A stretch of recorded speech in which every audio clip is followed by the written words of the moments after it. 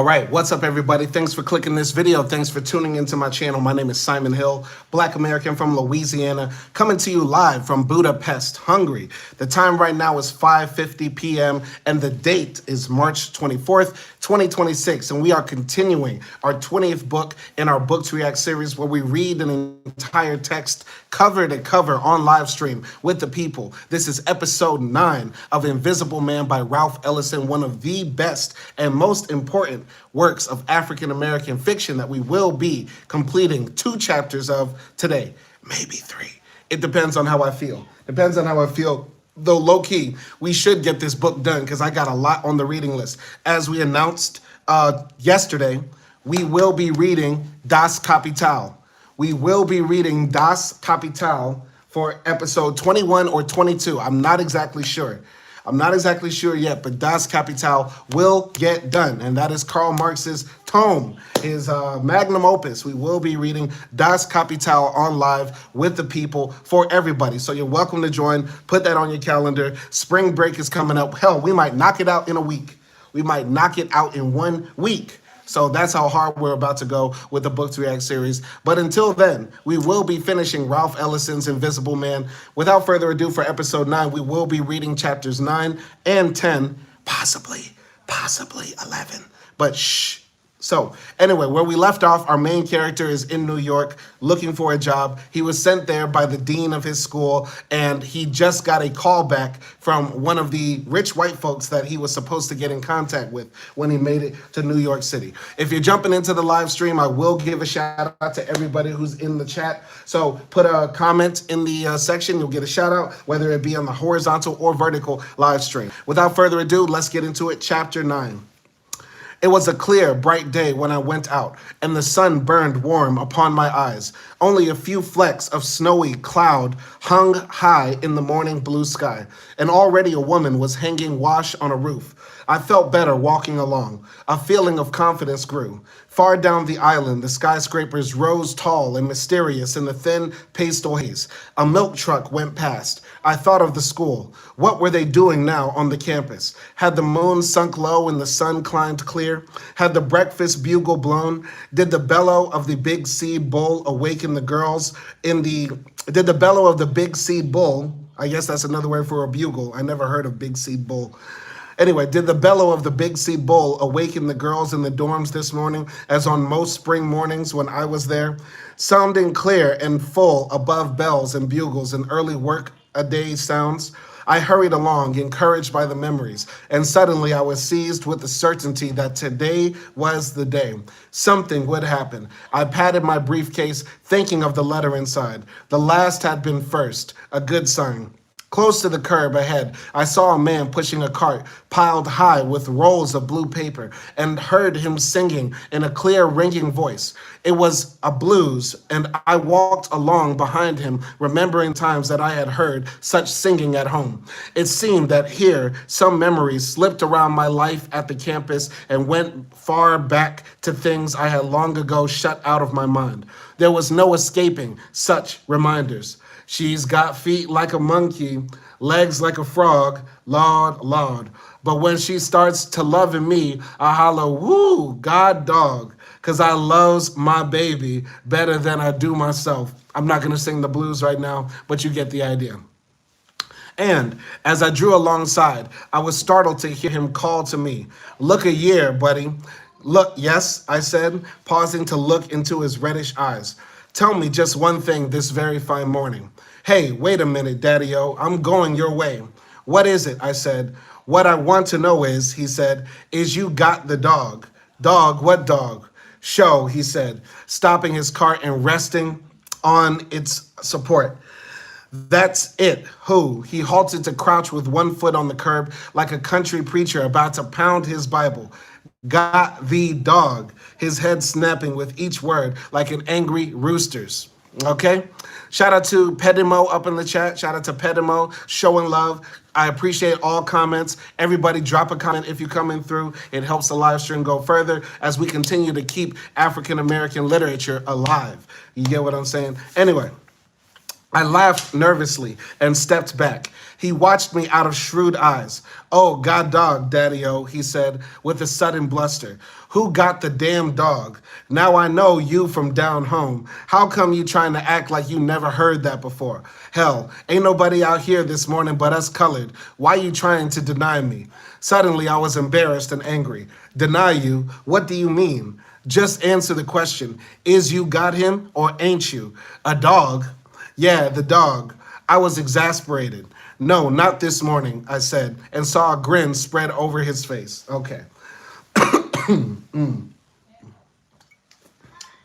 I guess it's a rite of passage when you go to New York, random people on the street ask you wild questions as a youngin, and then you got to know the answer. I told the story yesterday about being in the streets of Harlem, and a brother asked me, "Who's God?" And I already knew the answer was like pointing to myself, and "Who's the devil?" And I had to point to the first white man I saw.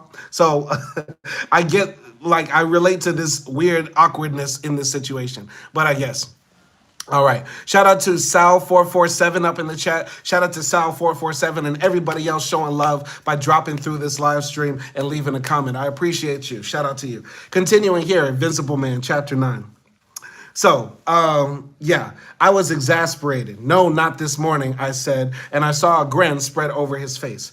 "Wait a minute, Daddy. Now don't get mad. Damn, man, I thought you had him," he said, pretending to disbelieve me. I started away, and he pushed the cart beside me, and suddenly I felt uncomfortable. Somehow he was like one of the vets from the golden day. "Well, maybe it's the other way around," he said. "Maybe he got Holt to you." "Maybe," I said. "If he is, you lucky it's just a dog. 'Cause man, I tell you, I believe it's a bear that's got Holt to me." "A bear? Hell yes, the bear. Can't wait you see these patches where he's been clawing at my behind." Pulling the seat of his Charlie Chaplin pants to the side, he broke into deep laughter. "Man, this Harlem ain't nothing but a bear's den. But I tell you one thing," he said with swiftly sobering face. "It's the best place in the world for you and me. And if times don't get better soon, I'm going to grab that bear and turn him every way but loose." "Don't let him get you down," I said. "No, Daddy-O, I'm going to start with one my own size." I tried to think of some saying about bears to reply, but remembered only Jack the Rabbit, Jack the Bear, who were both long forgotten and now brought a wave of homesickness.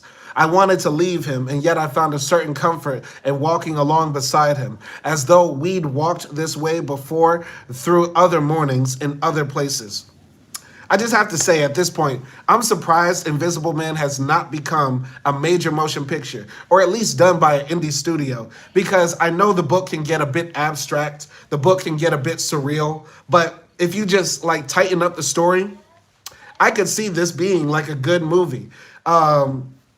I could see this being sort of like a comedy, you know what I mean? Like a very dark comedy, a dark political comedy, you know what I mean? I could see it working. And I want Lakeith Stanfield to play the main character. I can see Lakeith pulling off this character so good.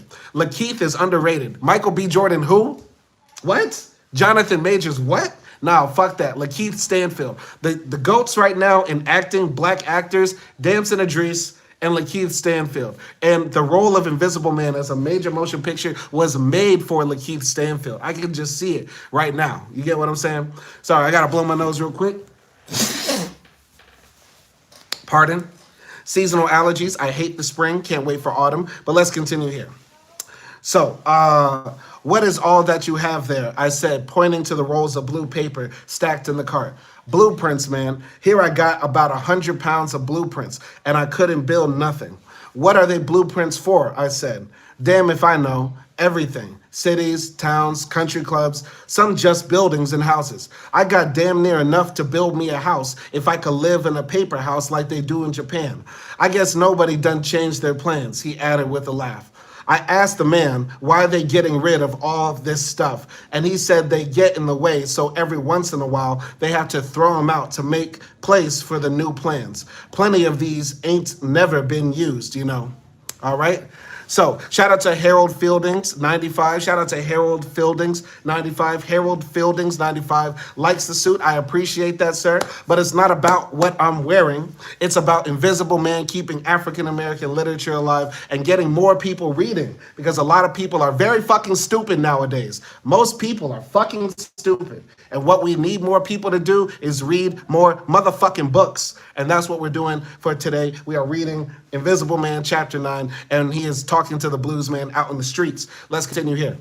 So, you have quite a lot, I said. Yeah, this ain't all neither. I got a couple of loads. There's a day's work right here in this stuff. Folks is always making plans and changing them. Yes, that's right, I said, thinking of my letters. But that's a mistake. You have to stick to the plan. He looked at me, suddenly grave. You kinda young, Daddy-o, he said. I did not answer. We came to a corner at the top of a hill. Well, Daddy-o, it's been good talking with the youngster from the old country, but I got to leave you now. This here's one of them good old downhill streets. I can coast a while and won't be worn out at the end of the day. Damn if I'ma let 'em run me into my grave. I be seeing you again sometime, and you know something? What's that? I thought you was trying to deny me at first, but now I'd be pretty glad to see you. Once again, my theory in this book is that the people that see the Invisible Man are the people that are forgotten and considered as crazy.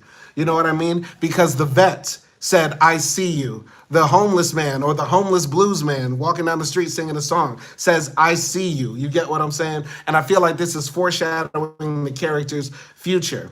And what does that say? I mean, does that mean that, people that truly abandon all sorts of conventions or norms are the only true people that are free? Possibly. Maybe that's a theme that this book is trying to say. I don't know. Let's continue here. So, I hope so, I said, and you take it easy. Oh, I'll do that. All it takes to get along in this here man's town is a little shit, grit, and mother wit. And man, I was born with all three. In fact, I'm a seven, the son of a bit.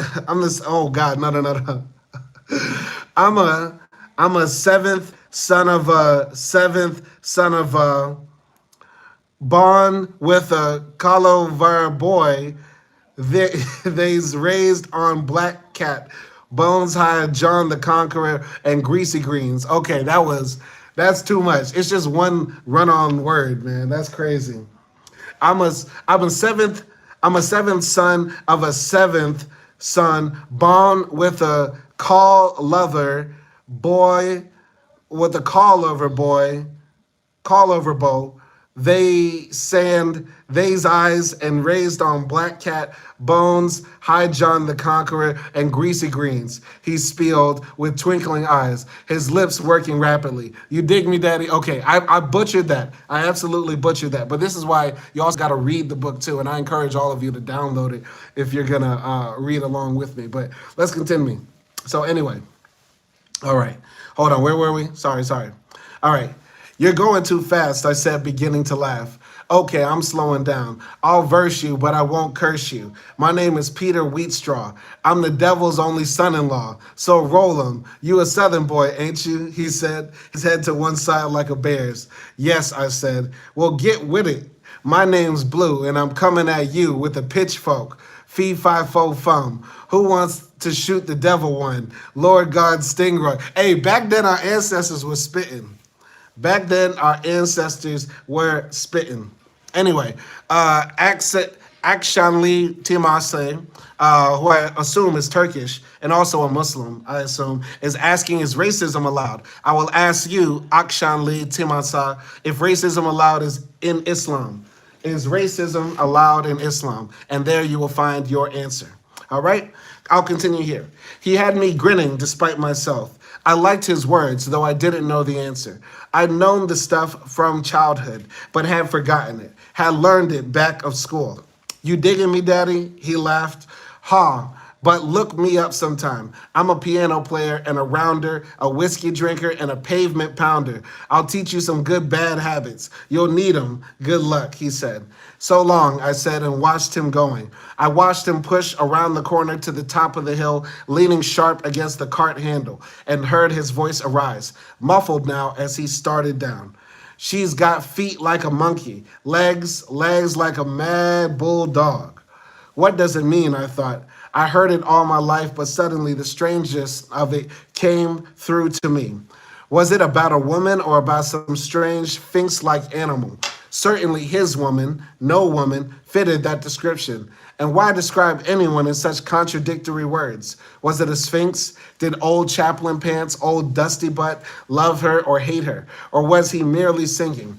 What kind of woman could love a dirty fellow like that anyway? And how could even he love her if she was as repulsive as the song described? I moved ahead. Perhaps everyone loved someone. I didn't know. I couldn't give much thought to love. In order to travel far, you had to be detached. And I had the long road back to the campus before me. I strode along, hearing the Cartman song become a lonesome, broad-toned whistle, now that flowered at the end of each phrase into a tremulous, blue-toned chord. And in its flutter and swoop, I heard the sound of a railroad train highballing it, lonely across the lonely night. He was the devil's son-in-law, all right, and he was a man who could whistle a three-toned chord. God damn, I thought. They're a hell of a people. And I didn't know whether it was pride or disgust that suddenly flashed over me. So this interaction with the blues and his sort of admiration and sort of estrangement from the blues, I think highlights how this character is sort of like out of his element. And now he's sort of missing the South that he knew. Okay? I wonder if that's what that's supposed to represent right here. Him meeting the blues man, him saying he doesn't know if it's pride or disgust, that he's clashing with these feelings of interacting with the blues while being far away from home. You know, I relate to that feeling when I first went to university at Loyola University in New Orleans, right? Even though, you know, that's still the South, South, you know what I mean? I started realizing like, yo, I miss that Monroe shit. I miss that Boosie. I miss that Webby. I miss that ratchet shit, that jigger. You know what I mean? I miss all of that, you know? So yeah, I guess you sort of like start to crave home and parts of your culture, even if you're, you know, even if you were the type of person that didn't like your culture when you were in it. Let me shout out everybody. Shout out to Band from Heaven 72. Shout out to Aniko Horvath up in the chat. Shout out to Arkanshi. All right. Shout out to everybody up in the chat, showing love and leaving comments. I appreciate all of you. I appreciate all of you leaving comments. Please leave more comments. We need to get more people into literature because many people are stupid as fuck. They're stupid as fuck. Okay. And we want to stop that. We want to stop that. All right. Continuing here. At the corner, I turned into a drugstore and took a seat at the counter. Several men were bent over plates of food. Glass globes of coffee simmered above blue flames. I could feel the odor of frying bacon reach deep into my stomach as I watched the counterman open the doors of the grill and turn the lean strips over and bang the doors shut again. Above, facing the counter, a blonde, sunburnt college girl smiled down, inviting all and sundry to drink a Coke. The counterman came over. I've got something good for you, he said, placing a glass of water before me. How about the special? What's the special? Pork chops, grits, 1 egg, hot biscuits, and coffee. He leaned over the counter with a look that seemed to say, there, that ought to excite you, boy. How could everyone see that I was Southern?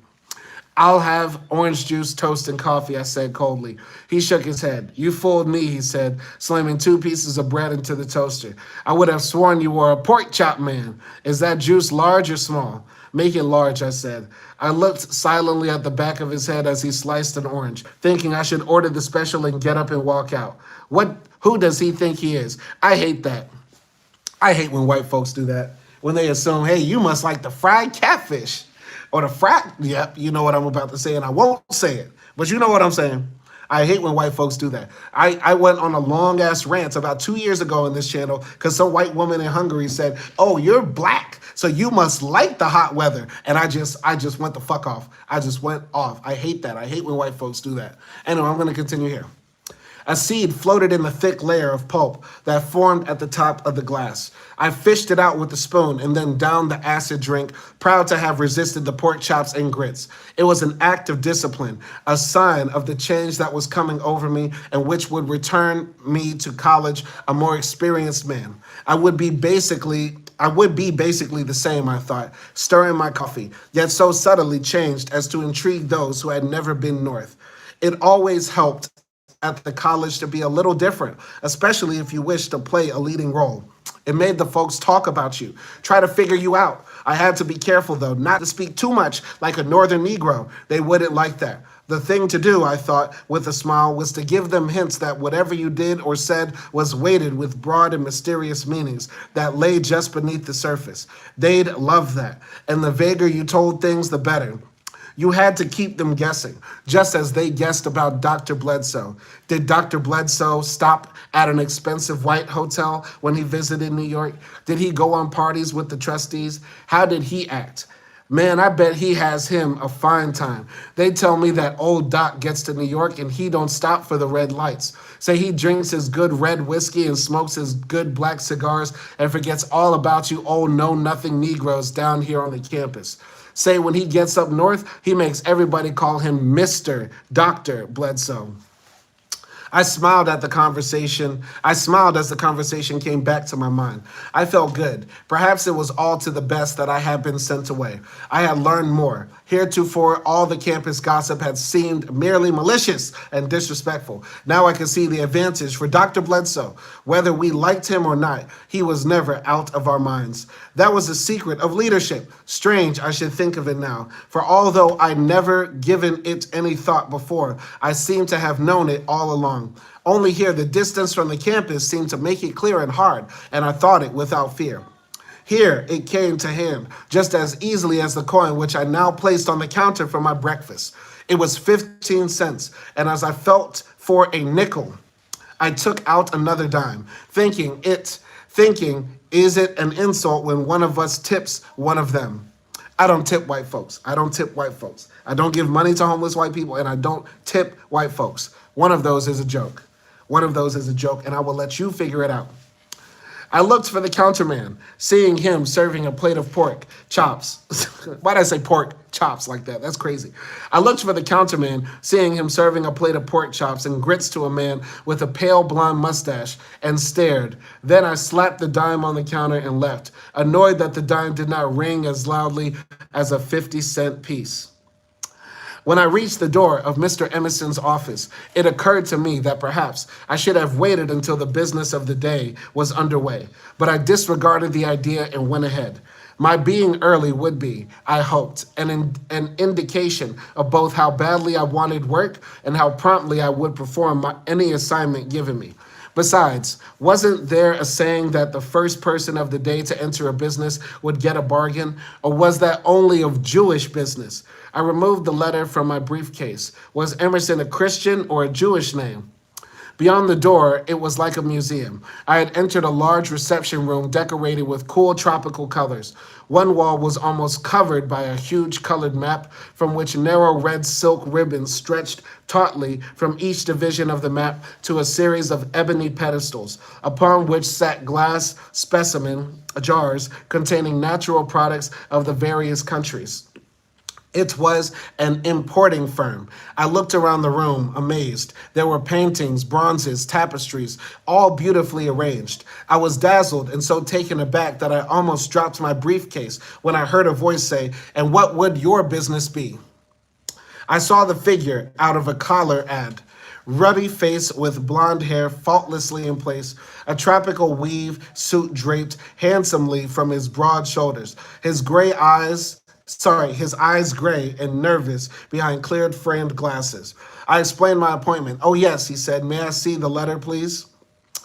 I handed it over, noticing the gold links and the soft white cuffs as he extended his hand. Glancing at the envelope, he looked back at me with a strange interest in his eyes and said, "Have a seat, please. I'll be with you in a moment." I watched him leave noiselessly, moving with a long hip-swinging stride that caused me to frown. I went over and took a teakwood chair with cushions of emerald green silk, sitting stiffly with my briefcase across my knees. He must have been sitting there when I came in, for on a table that held a beautiful dwarf tree, I saw smoke rising from a cigarette in a jade ashtray. An open book, something called Totem and Taboo, lay beside it. I looked across to a lighted case of Chinese design, which held a delicate-looking statues of horses and birds, small vases and bowls, each set upon a carved wooden base. The room was quiet as a tomb, until suddenly there was a savage beating of wings, and I looked toward the window to see an eruption of color, as though a gale had whipped up a bundle of brightly colored rags. It was an aviary. It was an aviary of tropical birds set near one of the broad windows, through which, as the clapping of wings settled down, I could see two ships plying far out upon the greenish bay below. A large bird began a song, drawing my eyes to the throbbing of its bright blue, red, and yellow throat. It was startling, and I watched the surge and flutter of the birds as their colors flared for an instant like an unfurled oriental fan. I wanted to go and stand near the cage for a better view, but decided against it. It might seem unbusinesslike. I observed the room from the chair.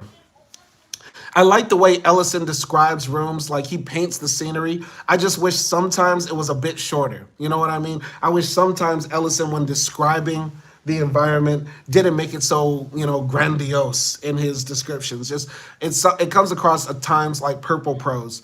But then again, I've never written a book, so who am I to judge? I'm only commenting as the consumer.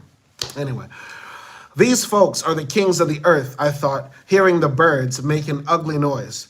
There was nothing like this at the College Museum or anywhere else that I had ever been. I recalled only a few cracked relics from slavery times, an iron pot, an ancient bell, a set of ankle irons and links of a chain, a primitive loom, a spinning wheel, a gourd for drinking, an ugly ebony African god that seemed to sneer, presented to the school by some traveling millionaire, a leather whip with copper brads, a branding iron with the double letter MM.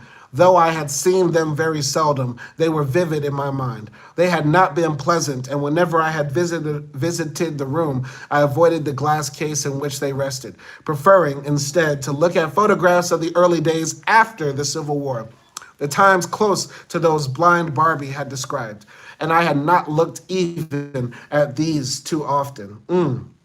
I tried to relax. The chair was beautiful but hard. Where had the man gone? Had he shown any antagonism when he saw me? I was annoyed that I had failed to see him first. One had to watch such details. Suddenly there came a harsh cry from the cage, and once more I saw a mad flashing, as though the birds had burst into spontaneous flame, fluttering and beating their wings maliciously against the bamboo bars, only to settle down just as suddenly when the door opened and the blond man stood beckoning, his hand upon the knob. I went over, tense inside me. Had I been accepted or rejected? There was a question in his eyes. "Come in, please," he said. "Thank you," I said, waiting to follow him. "Please," he said with a slight smile. I moved ahead of him, sounding the tone of his words for a sign. "I wanted to ask you a few questions," he said, waving my letter at two chairs. "Yes, sir," I said. "Tell me, what is it that you're trying to accomplish?" he said. "I want a job, sir, so that I can earn enough money to return to college in the fall."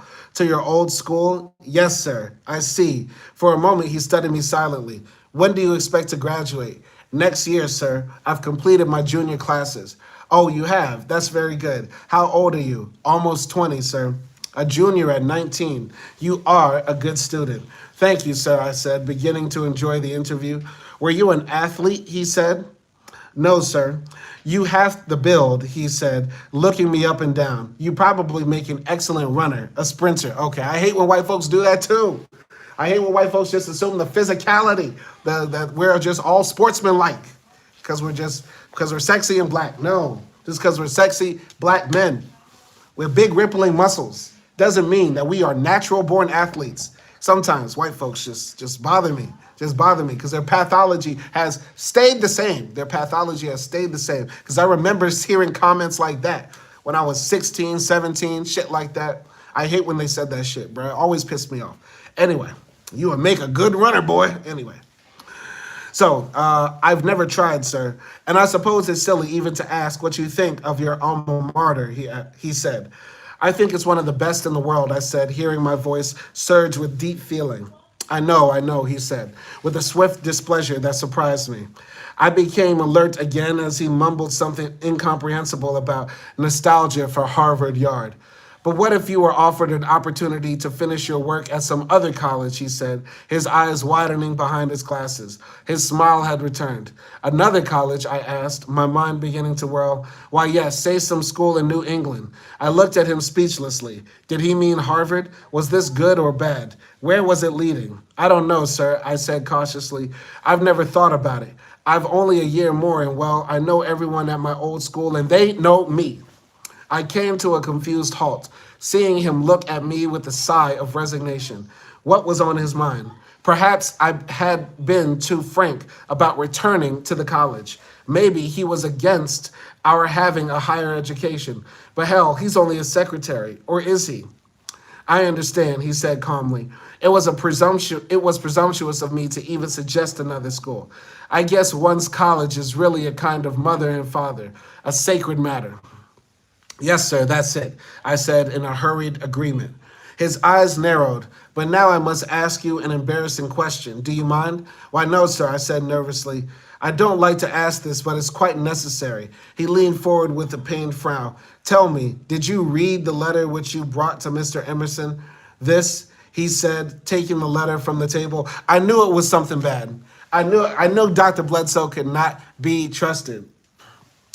I knew this was not going to turn out good. Either Dr. Bledsoe sent empty letters or letters saying the most vicious things about him or to him, right? Or to the white people that these letters are supposed to go towards. I knew it was going to be bad. And this shows how naive the character is because he easily could have taken the letters out and put them in other envelopes. Dumbass. Just really dumb. You could have just straight up opened them and then put them in other envelopes and nobody would have known. But so dumb. Anyway, continuing here. Why, no, sir. It wasn't addressed to me, so naturally I wouldn't think of opening it.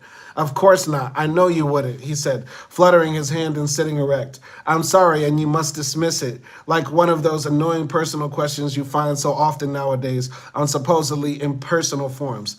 I didn't believe him. But was it open, sir? Someone might have gone into my things. Oh, no, nothing like that. Please forget the question. And tell me, please, what are your plans after graduation? I'm not sure, sir. I'd like to be asked to remain at the college as a teacher or as a member of the administrative staff. And, well, yes, and what else? Well, I guess I'd really like to become Dr. Bledsoe's assistant. Oh, I see, he said, sitting back and forming his mouth into a thin-lipped circle. You're very ambitious. I guess I am, sir, but I'm willing to work hard. Ambition is a wonderful force, he said, but sometimes it can be blinding. On the other hand, it can make you successful. Like my father. A new edge came into his voice, and he frowned and looked down at his hands, which were trembling. The only trouble, not tremble. The only trouble with ambition is that it sometimes blinds one to realities. Tell me, how many of these letters do you have? I had about 7, sir, I replied, confused by his new turn. There, 7, he was suddenly angry. Yes, sir, that was all he gave me. And how many of these gentlemen have you succeeded in seeing, may I ask? A sinking feeling came over me. I haven't seen any of them personally, sir. And this is your last letter. Yes, sir, it is. But I expect to hear from the others, they said. Of course you will, and from all 7. They're all loyal Americans. There was unmistakable irony in his voice now, and I didn't know what to say. 7, he repeated mysteriously. Oh, don't let me upset you, he said with an elegant gesture of self-disgust. I had a difficult session with my analyst last evening, and the slightest thing is apt to set me off, like an alarm clock without control. Say, he said, slapping his palm against his thigh, what on earth does that mean? Suddenly he was in a state. One side of his face had begun to twitch and swell. I watched him light a cigarette thinking, what on earth is this all about? Some things are just too unjust for words, he said, expelling a plume of smoke. Those were the days when you could just smoke in the office. And too ambiguous for either speech or ideas. By the way, have you ever been to the Club Calamus? I don't think I've ever heard of it, sir, I said. You haven't. It's very well known. Many of my Harlem friends go there. It's a rendezvous for writers, artists, and all kinds of celebrities. There's nothing like it in the city, and by some strange twist, it has a truly continental flavor. I've never been to a nightclub, sir. I'll have to go there to see what it's like and after I've started earning some money, I said, hoping to bring the conversation back to the problem of jobs. He looked at me with a jerk of his head, his face beginning to twitch again. I suppose I've been evading the issue again, as always. Look, he burst out impulsively. Do you believe that two people, two strangers who had never seen one another before can speak with utter frankness and sincerity? Sir? Oh, damn. What I mean is, do you believe it is possible for us, the two of us, to throw off the mask of custom and manners that insulate man from man and converse in naked honesty and frankness? I don't know what you mean exactly, sir, I said. Are you sure? Of course. If I could only speak plainly. I'm confusing you. Such frankness just isn't possible because all our motives are impure. Forget what I just said. I'll try to put it this way. And remember this, please. My head spun. He was addressing me, leaning forward confidentially, as though he'd known me for years. And I remembered something my grandfather had said long ago. Don't let no white man tell you his business, because after he tells you, he's liable to get shame he told it to you, and then he'll hate you. Fact is, he was hating you all the time. I want to try to reveal a part of reality that is most important to you, but I warn you, it's going to hurt. No, let me finish, he said, touching my knee lightly and quickly removing his hand as I shifted my position. What I want to do is done very seldom, and to be honest, it wouldn't happen now if I hadn't sustained a series of impossible frustrations. You see, well, I'm thwarted. Oh, damn, there I go again, thinking only to myself. We're both frustrated, understand? Both of us. And I want to help you. Just get to the damn point. Just get to the damn point. I hate all this edging. This is the version of literary edging. I'm literally at the edge of my seat here and I want to bust. But Ellison's got me gooning. Ugh, disgusting. Straight up disgusting. Anyway. You mean you'll let me see Mr. Emerson? He frowned. Please don't seem so happy about it and don't leap to conclusions. I want to help, but there is a tyranny involved. A tyranny? My lungs tightened. Yes, that's a way of putting it. Because to help you, I must disillusion you. Oh, I don't think I mind, sir. Once I see Mr. Emerson, it'll be up to me. All I want to do is speak to him. Speak to him? He said, getting quickly to his feet and mashing his cigarette into the tray with shaking fingers. No one speaks to him. He does the speaking. Suddenly, he broke off.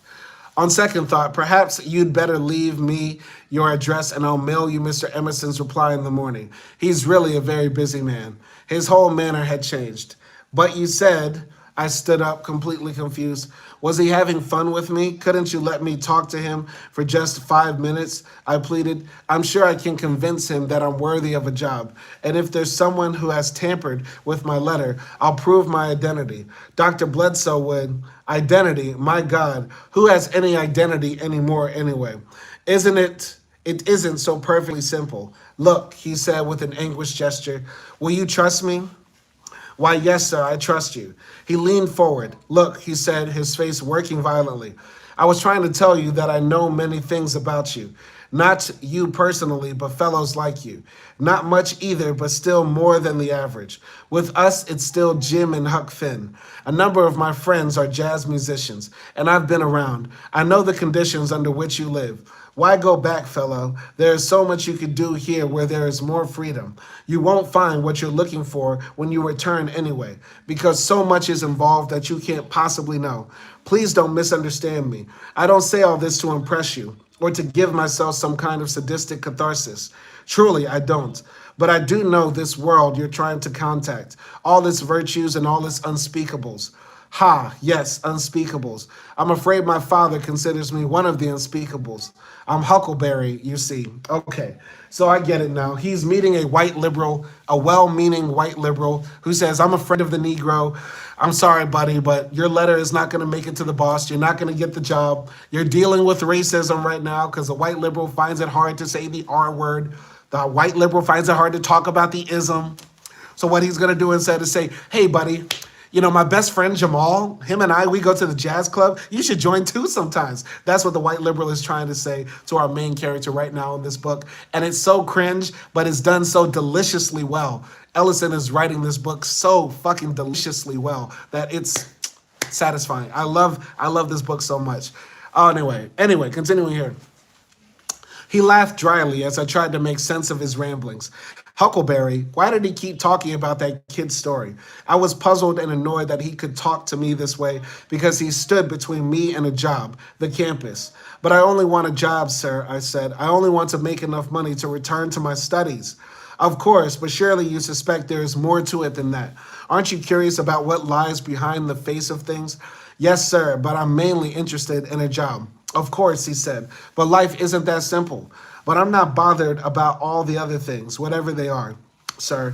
They're not for me to interfere with, and I'll be satisfied to go back to college and remain there as long as they'll allow me to. But I want to help you do what is best, he said. What's best, mind you? Do you wish to do what's best for yourself? Why, yes, sir, I suppose I do. Then forget about returning to college. Go somewhere else. You mean leave? Yes, forget it. But you said that you would help me. I did, and I am. But what about seeing Mr. Emerson? Oh, God, don't you see that it's best for you that you do not see him? Suddenly, I could not breathe. Then I was standing, gripping my briefcase.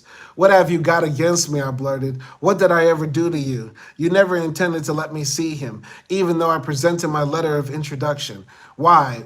I'd never endanger your job. No, of course not, he cried, getting to his feet.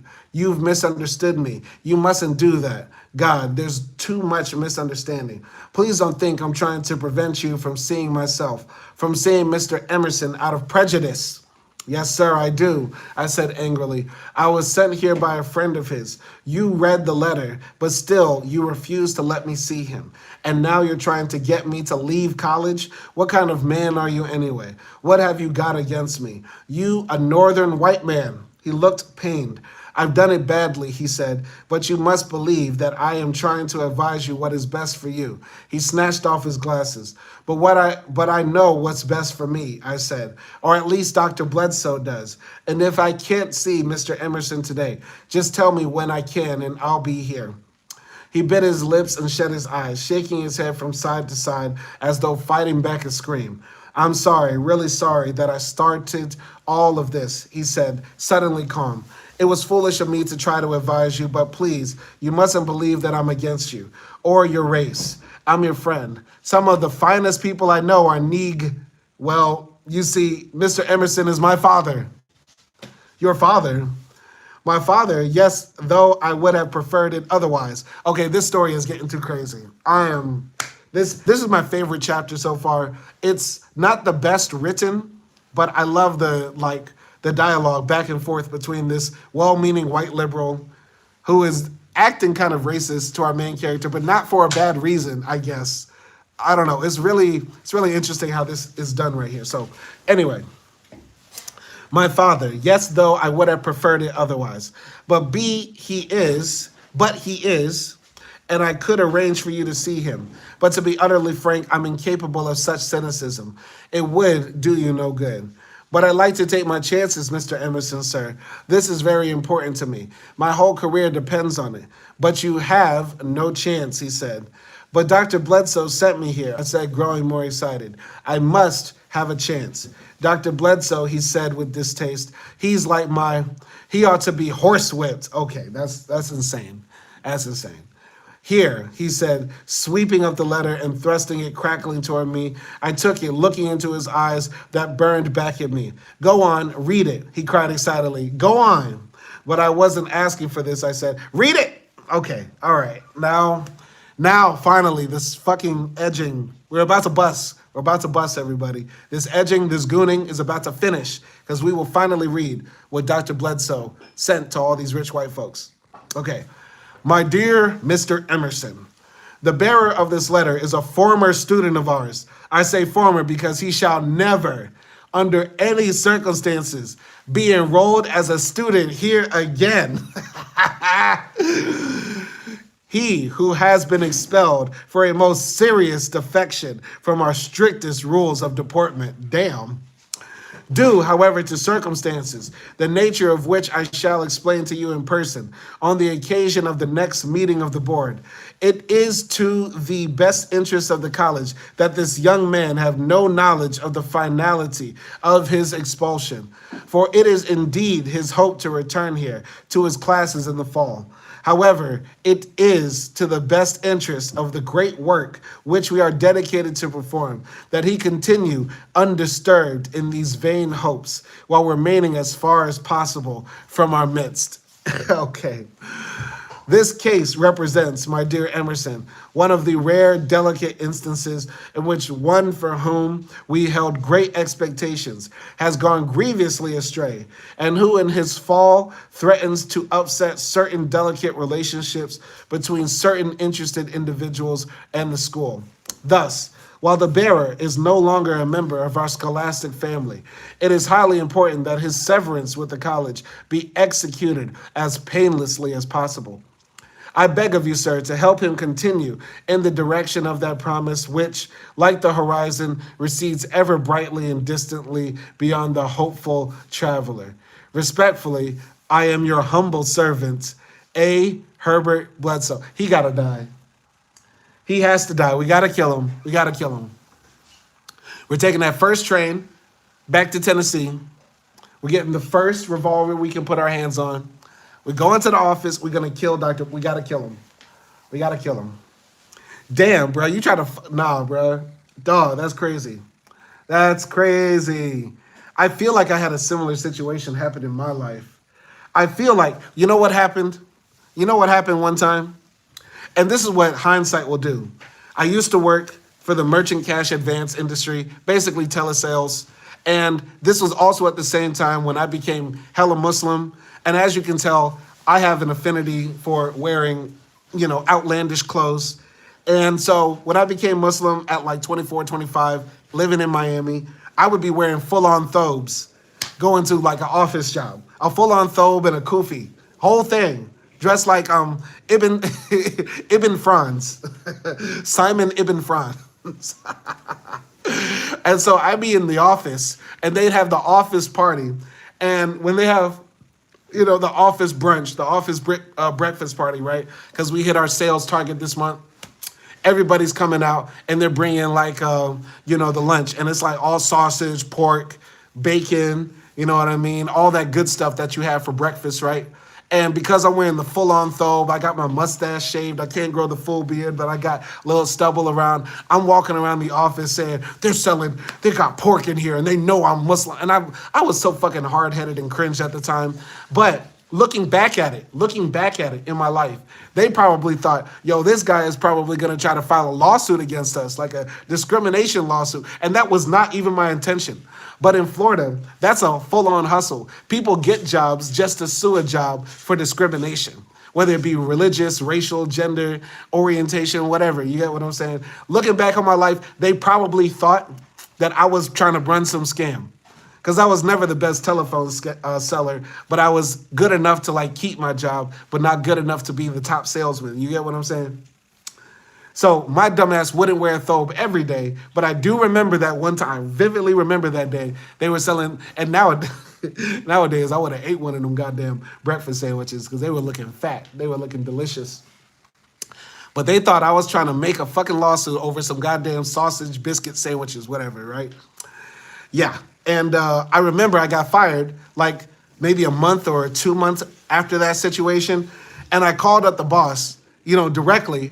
And I was like, why did I get fired? He's like, oh, I don't know, Simon. I'm going to find out. I'm going to talk to the floor manager, and I'm going to get back to you. Never got back to me. Never fucking got back to me. But now looking back at it, it could have been just straight up racism. It could have been the fact they thought I was scamming. I don't know what it was. Or it could have been the fact, I wasn't the top. I wasn't doing my best. Or that's just telesales as it is. You know what I mean? You're in the door, you're out the door the next day. It's not a career type job. You get what I'm saying? But I was thinking about that the other day. And that situation reminds me of my own life. You know what I mean? And that's the power of literature, guys. Anyway, I'm going to continue here. I raised my head. 25 years seemed to have lapsed between his handing me the letter and my grasping its message. I could not believe it. Tried to read it again. I could not believe it. Yet I had a feeling that it all had happened before. I rubbed my eyes and they felt sandy as though the fluids had suddenly dried. I'm sorry, he said. I'm terribly sorry. What did I do? I always try to do the right thing. That you must tell me, he said. To what does he refer? I don't know. I don't know. But you must have done something. I took a man for a drive, showed him into the golden day to help him when he became ill. I don't know. I told him falteringly of the visit to True Bloods and the trip to the Golden Day, and of my expulsion, watching his mobile face reflecting his reaction to each detail. It's little enough, he said when I had finished. I don't understand the man. He is very complicated. I only wanted to return and help, I said. You'll never return. You can't return now, he said. Don't you see? I'm terribly sorry, and yet I'm glad that I gave in to the impulse to speak to you. Forget it. Though that's advice which I've been unable to accept myself, it's still good advice. There is no point in blinding yourself to the truth. Don't blind yourself. I got up, dazed, and started toward the door. He came behind me into the reception room where the birds flamed in the cage, their squawks like screams in a nightmare. He stammered guiltily. Please, I must ask you never to mention this conversation to anyone. No, I said, I wouldn't mind, but my father would consider my revelation the most extreme treason. You're free of him now. I'm still his prisoner. You have been freed, don't you understand? I've still my battle. He seemed near tears. I won't, I said. No one would believe me. I can't myself. There must be some mistake. There must be. I opened the door. Look, fellow, he said, this evening I'm having a party at the Calamus. Would you like to join my guests? It might help you. No, thank you, sir. I'll be all right. Perhaps you'd like to be my valet. I looked at him. No, thank you, sir, I said. Please, he said, I really want to help. Look, I happen to know of a possible job at Liberty Paints. My father has sent several fellows there. You should try. I shut the door. The elevator dropped me like a shot, and I went out and walked along the street. The sun was very bright now, and the people along the walk seemed far away. I stopped before a gray wall where high above me the headstones of a church graveyard arose like the tops of buildings.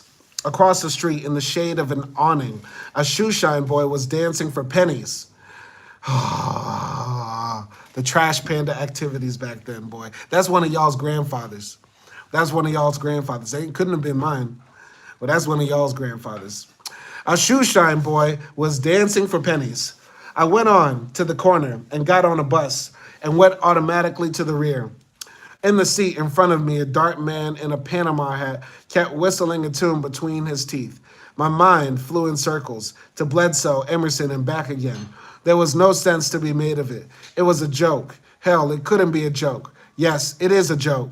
Suddenly, the bus jerked to a stop, and I heard myself humming the same tune that the man ahead was whistling. And the words came back. Oh, well, they picked poor Robin clean. Oh, well, they picked poor Robin clean. Well, they tied poor Robin to a stump. Lord, they picked all the feathers round from Robin's rump. Well, they picked poor Robin clean. Then I was on my feet, hurrying to the door, hearing the thin tissue paper against the teeth of a comb whistle, following me outside at the next stop. I stood trembling at the curb, watching and half expecting to see the man leap from the door to follow me, whistling the old forgotten jingle about a bear rumped robin. My mind seized upon the tune. I took the subway and it still droned through my mind after I had reached my room at Men's House and lay across the bed. What was that? What was the who, what, when, where, and why? Who, what, when, why, and where of poor old Robin? What had he done, and who had tied him, and why had they plucked him, and why had he sung of his fate? It was for a laugh, for a laugh. All the kids had laughed and laughed, and the droll tuba player of the old Elks band had rendered it solo on his helical horn, with comical flourishes and doleful phrasing. Boo, boo, boo, boo, poor Robin clean. A mock funeral dirge. But who was Robin, and for what had he been hurt and humiliated? Suddenly, I lay shaking with anger. It was no good. I thought of young Emerson. What if he'd lied out of some ulterior motive of his own? Everyone seemed to have some plan for me, and beneath that, some more secret plan. What was young Emerson's plan, and why should it have included me? Who was I anyway? I tossed fitfully. Perhaps it was a test of my goodwill and faith. But that's a lie, I thought. It's a lie, and you know it's a lie.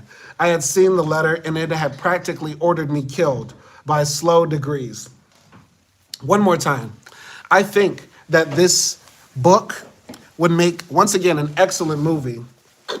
I still believe Lakeith Stanfield is the best actor for the job of acting as the main character in Invisible Man. But my caveat is that the character cannot be directed to act stupid, just like in Magazine Dreams, right? One of the reasons I did not like Magazine Dreams with Jonathan Majors is that the character does things that make you want to shake him through the screen. The main character in this story, of course, is a bit naive, but you got to make their naivete seem reasonable. You know what I mean? And that's what I like about the book. If you see this on screen, how this kid is getting fucked over, you might be like, oh, you're a dumbass. You deserve this. You know what I mean? But if you read the book, it's not as, bad. By the way, if there already is a movie for Invisible Man, and I don't know about it, I apologize. I didn't look it up. So I feel like because it's such an old book, somebody might have tried to make a movie for it in the 70s or 80s. And if it's in the 80s, I'm not going to watch it. If it's in the 70s, maybe. I like 70s movies, but I need this thing to be done crisp and clean. Amazon Prime level. No, what's the best streaming service? Is it Amazon Prime? Yeah, it's Amazon Prime. Amazon Prime got the best shows. No, FX. FX got the best shows. FX, Amazon Prime, HBO, Netflix is under my ass. That's the ranking. That's the ranking for streaming services.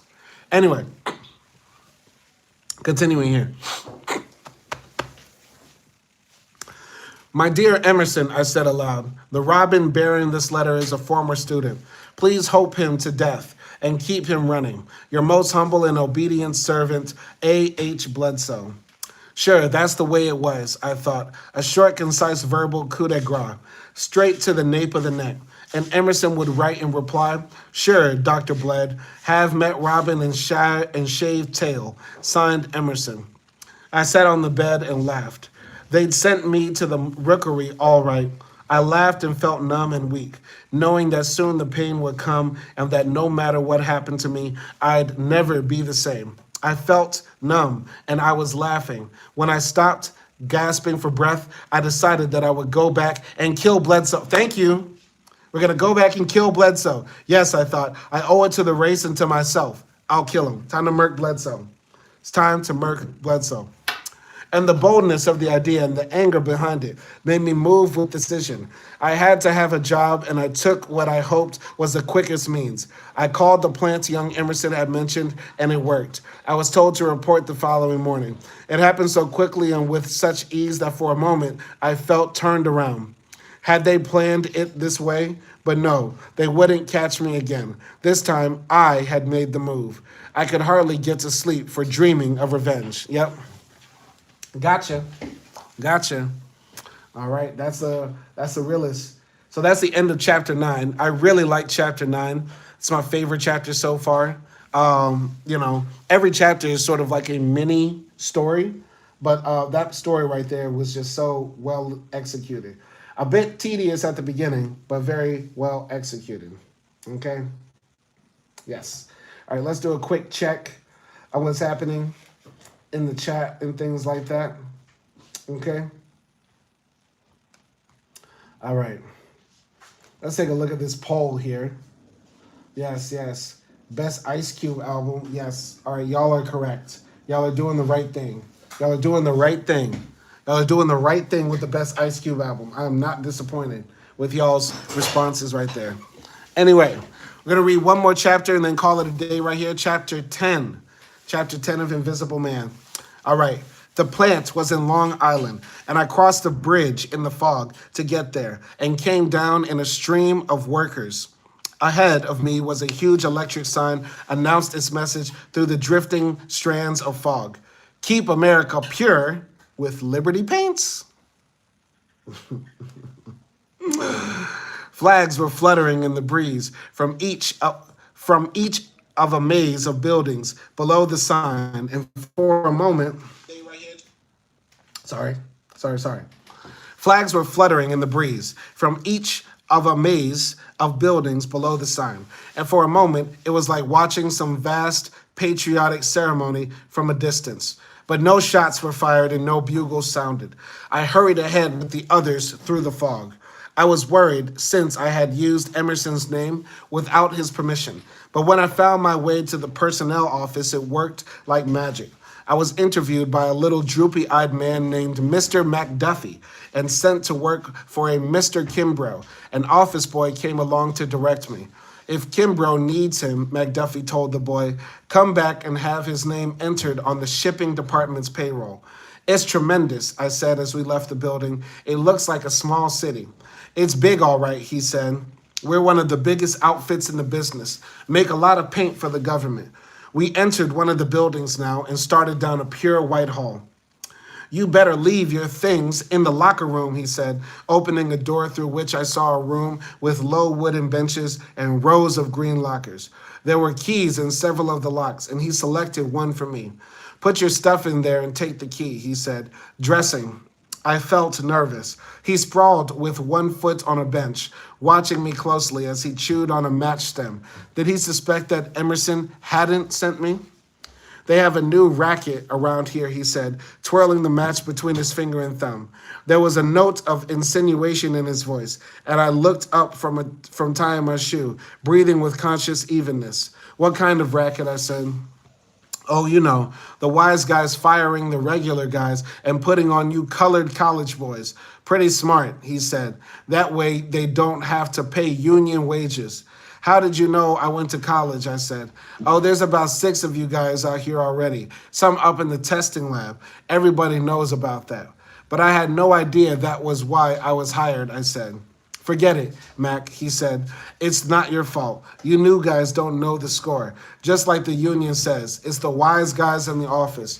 They're the ones who make scabs out of you. Hey, we better hurry. Okay, this is what I hate about racism. Like, you never put the fault on the fact that the unions were racist, that they didn't want to unionize with black workers. So, of course, they're going to call in black workers as scabs because the union doesn't want to let them in so that y'all could all go on strike together for better wages. But I digress. We entered a long, shed-like room in which I saw a series of overhead doors along one side and a row of small offices on the other. I followed the boy down an aisle between endless cans, buckets, and drums, labeled with the company's trademark, a screaming eagle. The paint was stacked in neatly pyramided lots along the concrete floor. Then, starting into one of the offices, the boy stopped short and grinned. Listen to that. Someone inside the office was swearing violently over a telephone. Who's that? I asked. He grinned. Your boss, the terrible Mr. Kimbrough. We call him Colonel, but don't let him catch you. I didn't like it. The voice was raving about some failure of the laboratory, and I felt a swift uneasiness. I didn't like the idea of starting to work for a man who was in such a nasty mood. Perhaps he was angry at one of the men from the school, and that wouldn't make him feel too friendly toward me. Let's go in, the boy said. I've got to get back.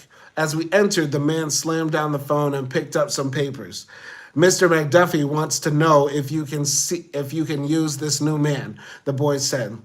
You damn right I can use him, and the voice trailed off, the eyes above the stiff military mustache going hard.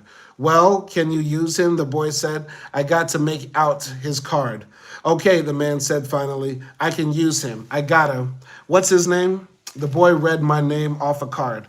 All right, he said, you go right to work. And you, he said to the boy, get the hell out of here before I give you a chance to earn some of the money wasted on you every payday. Aw, Guan, you slave driver, the boy said, dashing from the room. Reddening, Kimbrough turned to me. Come along, let's get going. I followed him into the long room where the lots of paint were stacked along the floor beneath numbered markers that hung from the ceiling. Toward the rear, I could see two men unloading heavy buckets from a truck, stacking them neatly on a low loading platform. Now get this straight, Kimbrough said gruffly. This is a busy department, and I don't have time to repeat things. You have to follow instructions, and you're going to be doing things you don't understand. So get your orders the first time and get them right. I won't have time to stop and explain everything. You have to catch on by doing exactly what I tell you. You got that? I nodded, noting that his voice became louder when the men across the floor stopped to listen. All right, he said, picking up several tools. Now come over here. He's Kimbrough, one of the men said. I watched him kneel and open one of the buckets, stirring a milky brown substance. A nauseating stench arose. I wanted to step away, but he stirred it vigorously until it became glossy white, holding the spatula like a delicate instrument and studying the paint as it laced off the blade, back into the bucket. Kimbrough frowned. Damn those laboratory blubberheads to hell. There's got to be dope put in every single son of a bitching bucket. And that's what you're going to do. And it's got to be put in so it can be trucked out of here before 11:30. He handed me a white enamel graduate and what looked like a battery hydrometer. The idea is to open each bucket and put in 10 drops of this stuff, he said. Then you'll stir it till it disappears. After it's mixed, you take this brush and paint out a sample of one of these. He produced a number of small rectangular boards and a small brush from his jacket pocket. You understand? I don't think that the metaphor of this brown liquid turning to white, through forceful mixing is an accident. I think Ellison did that on purpose. That his first job when he comes to New York, is to drop dope in some paint that's brown and mix it until it's glossy white. Yes. All right. Yes, sir.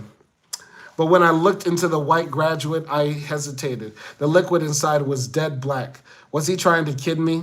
What's wrong? I don't know, sir. I don't want to start by asking a lot of stupid questions, but do you know what's in this graduate? His eyes snapped. You damn right I know, he said. You just do what you're told. I just want to make sure, sir, I said. Look, he said, drawing in his breath with an exaggerated show of patience. Take the dropper and fill it full. Go on, do it. I filled it. Now measure 10 drops into the paint. There, that's it. Not too goddamn fast. Now, you want no more than 10 and no less. Slowly, I measured the glistening black drops, seeing them settle upon the surface and become blacker still, spreading suddenly out to the edges. That's it. That's all you have to do, he said. Never mind how it looks. That's my worry. You just do what you're told and don't try to think about it. When you've done 5 or 6 buckets, come back and see if the samples are dry. And hurry, we've got to get this batch back off to Washington by 11:30. I worked fast but carefully. With a man like Kimbrough, the least thing done incorrectly would cause trouble. So I wasn't supposed to think. To hell with him. Just a flunky, a northern redneck, a Yankee cracker. I mixed the paint thoroughly, then brushed it smoothly on one of the pieces of board, careful that the brush strokes were uniform. Struggling to remove an especially difficult cover, I wondered if the same Liberty paint was used on the campus or if this optic white was something made exclusively for the government. Perhaps it was of a better quality, a special mix, and in my mind I could see the brightly trimmed and freshly decorated campus buildings as they appeared on spring mornings, after the fall painting and the lighter winter snows, with a cloud riding over and a darting bird above, framed by the trees and its circling vines. The buildings had always seemed more impressive because they were the only buildings to receive regular paintings. Usually, the nearby houses and cabins were left untouched to become the dull-grained gray of weathered wood. And I remembered how the splinters in some of the boards were raised from the grain by the wind, the sun, and the rain until the clapboard shone with the satiny, silvery, silverfish sheen, like True Blood's cabin or the Golden Day. The Golden Day had once been painted white. Now its paint was flaking away with the years, the scratch of a finger being enough to send it showering down. Damn that golden day. But it was strange how life connected up, because I had carried Mr. Norton to the old rundown building with rotting paint. I was here. If, I thought, one could slow down his heartbeats and memory to the tempo of the black drops falling so slowly into the bucket, yet reacting so swiftly, it would seem like a sequence in a feverish dream. I was so deep in reverie that I failed to hear Kimbrough approach. How's it coming? He said, standing with hands on hips. All right, sir. Let's see, he said, selecting a sample and running his thumb across the board. That's it, as white as George Washington's Sunday go-to meeting wig, and as sound as the almighty dollar. That's paint, he said proudly. That's paint that'll cover you just about anything. That's paint that'll cover just about anything. He looked as though I had expressed a doubt, and I hurried to say, it's certainly white, all right. White. It's the purest white that can be found. Nobody makes a paint any whiter. This batch right here is heading for a national monument. I see, I said, quite impressed. He looked at his watch. Just keep it up, he said. If I don't hurry, I'll be late for the production conference. Say, you're nearly out of dope. You better go in the tank room and refill it. And don't waste any time. I've got to go. He shot away without telling me where the tank room was. It was easy to find, but I wasn't prepared for so many tanks. There were 7, each with a puzzling code stenciled on it. It's just like Kimbrough not to tell me, I thought. You can't trust any of them. Well, it doesn't matter. I'll pick the tank from the contents of the drip cans hanging from the spigots. But while the first 5 tanks contained clear liquids that smelled like turpentine, the last 2 both contained something black like the dope, but with different codes, so I had to make a choice. Selecting the tank with the drip can that smelled most like the dope, I filled the graduate, congratulating myself for not having to waste time until Kimbrough returned. The work went faster now, the mixing easier. The pigments and heavy oils came free of the bottom much quicker, and when Kimbrough returned, I was going at top speed. How many have you finished, he asked. About 75, I think, sir. I lost count. That's pretty good, but not fast enough. They've been putting pressure on me to get the stuff out. Here, I'll give you a hand. They must have given him hell, I thought, as he got grunting to his knees and began removing covers from the buckets. But he had hardly started when he was called away. When he left, I took a look at the last bunch of samples and got a shock. Instead of the smooth, hard surface of the first, they were covered with a sticky goo through which I could see the grain of the wood. What on earth had happened? The paint was not as white and glossy as before. It had a gray tinge. I stirred it vigorously, then grabbed a rag, wiping each of the boards clean, then made a new sample of each bucket. I grew panicky lest Kimbrough returned before I finished. Working feverishly, I made it, but since the paint required a few minutes to dry, I picked up 2 finished buckets and started lugging them over to the loading platform. I dropped them with a thump as the voice rang out behind me. It was Kimbrough. What the hell? He yelled, smearing his finger over one of the samples. This stuff's still wet. I didn't know what to say. He snatched up several of the later samples, smearing them and letting out a groan. Of all the things to happen to me, first they take all my good men, and then they send me you. What'd you do to it? Nothing, sir. I followed your directions, I said defensively. I watched him peer into the graduate, lifting the dropper and sniffing it, his face glowing with exasperation. Who the hell gave you this? No one. Then where'd you get it? From the tank room. Suddenly he dashed to the tank room, slushing the liquid as he ran. I thought, oh hell, and before I could follow, he burst out of the door in a frenzy. You took the wrong tank, he shouted. What the hell? You trying to sabotage my company? That stuff wouldn't work in a million years. It's remover, concentrated remover. Don't you know the difference? No, sir, I don't. It looked the same to me. I didn't know what I was using, and you didn't tell me. I was trying to save time and took what I thought was right. But why this one? Because it smelled the same, I began. Smelt, he roared. God damn it, don't you know you can't smell shit around all those fumes? Come on to my office. I was torn between protesting and pleading for fairness. It was not all my fault, and I didn't want the blame. But I did wish to finish out the day. Throbbing with anger, I followed, listening as he called personnel. Hello, Mac? Mac, this is Kimbrough. It's about this fellow you sent me this morning. I'm sending him in to pick up his pay. What did he do? He doesn't satisfy me, that's what. I don't like his work. So the old man has to have a report? So what? Make him one. Tell him, goddamn it, this fellow ruined a batch of government stuff. Hey, no, don't tell him that. Listen, Mac, you got anyone else out there? Okay, forget it. He crashed down the phone and swung toward me. I swear I don't know why they hire you fellows. You just don't belong in a paint plant. Come on. Bewildered, I followed him into the tank room, yearning to quit and tell him to go to hell. But I needed the money, and even though this was the North, I wasn't ready to fight unless I had to. Here I'd be one against how many?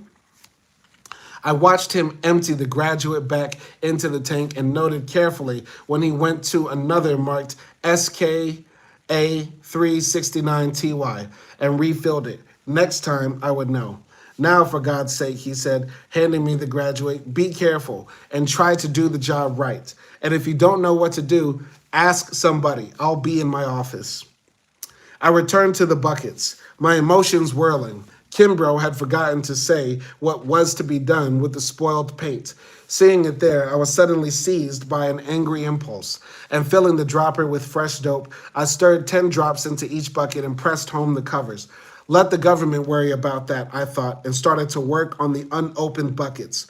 I stirred until my arm ached and painted the samples as smoothly as I could, becoming more skillful as I went along. When Kimbrough came down the floor and watched, I glanced up silently and continued stirring. How is it? He said, frowning. I don't know, I said, picking up a sample and hesitating. Well, it's nothing, a speck of dirt, I said, standing and holding out the sample, a tightness growing within me. Holding it close to his face, he ran his fingers over the surface and squinted at the texture. That's more like it, he said. That's the way it ought to be. I watched with a sense of unbelief as he rubbed his thumb over the sample, handed it back, and left without a further word. I looked at the painted slab. It appeared the same. A gray tinge glowed through the whiteness, and Kimbrough had failed to detect it. I stared for about a minute, wondering if I were seeing things, inspected another and another. All were the same, a brilliant white diffused with gray. I closed my eyes for a moment and looked again, and still no change. Well, I thought, as long as he's satisfied. But I had a feeling that something had gone wrong, something far more important than the paint, that either I had played a trick on Kimbrough or he, like the trustees and Bledsoe, was playing one on me. When the truck backed up the platform, I was pressing the cover on the last bucket, and there stood Kimbrough above me. Let's see your samples, he said. I reached, trying to select the whitest, as the blue-shirted truckman climbed through the loading door. How about it, Kimbrough? One of them said. Can we get started? Just a minute now, he said, studying the sample. Just a minute. I watched him nervously, waiting for him to throw a fit over the gray tinge and hating myself for feeling nervous and afraid. What would I say? But now he was turning to the truckman. All right, boys, get the hell out of here. And you, he said to me, go see McDuffie. You're through. I stood there, staring at the back of his head as the pink neck beneath the cloth cap and the iron gray hair. So he let me stay only to finish the mixing. I turned away. There was nothing that I could do. I cursed him all the way to the personnel office. Should I write the owners about what had happened? Perhaps they didn't know that Kimbrough was having so much to do with the quality of the paint. But upon reaching the office, I changed my mind. Perhaps that is how things are done here, I thought. Perhaps the real quality of the paint is always determined by the man who ships it, rather than by those who mix it. To hell with the whole thing, I'll find another job. But I wasn't fired. McDuffie sent me to the basement of Building 2 on a new assignment. When you get down there, just tell Brockway that Mr. Sparlin insists that he have an assistant. You do whatever he tells you. What is that name again, sir? I said. Lucius Brockway, he said. He's in charge. It was a deep basement, 3 levels underground. I pushed upon a heavy metal door marked danger and descended into a noisily, dimly lit room. There was something familiar about the fumes that filled the air, and I had just thought pine, with a high-pitched Negro voice rang out above the machine sounds. Who you looking for down here?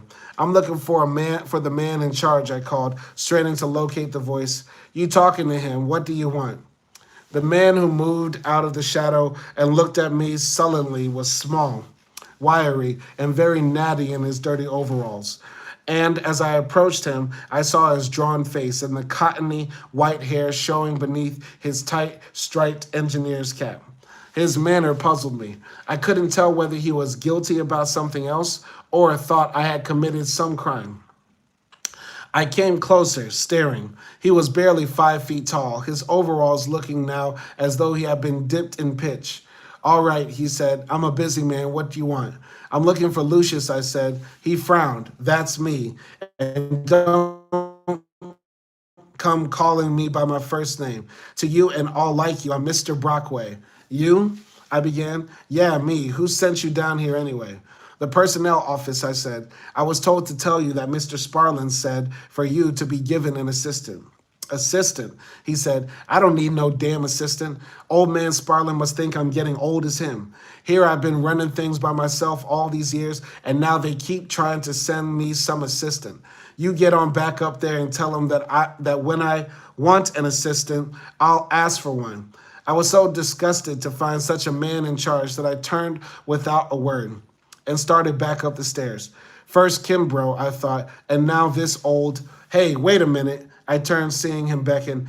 Come on back here a minute, he called, his voice cutting sharply through the roar of the furnaces. I went back, seeing him remove a white cloth from his hip pocket and wipe the glass face of a pressure gauge, and then bend close to squint at the position of the needle.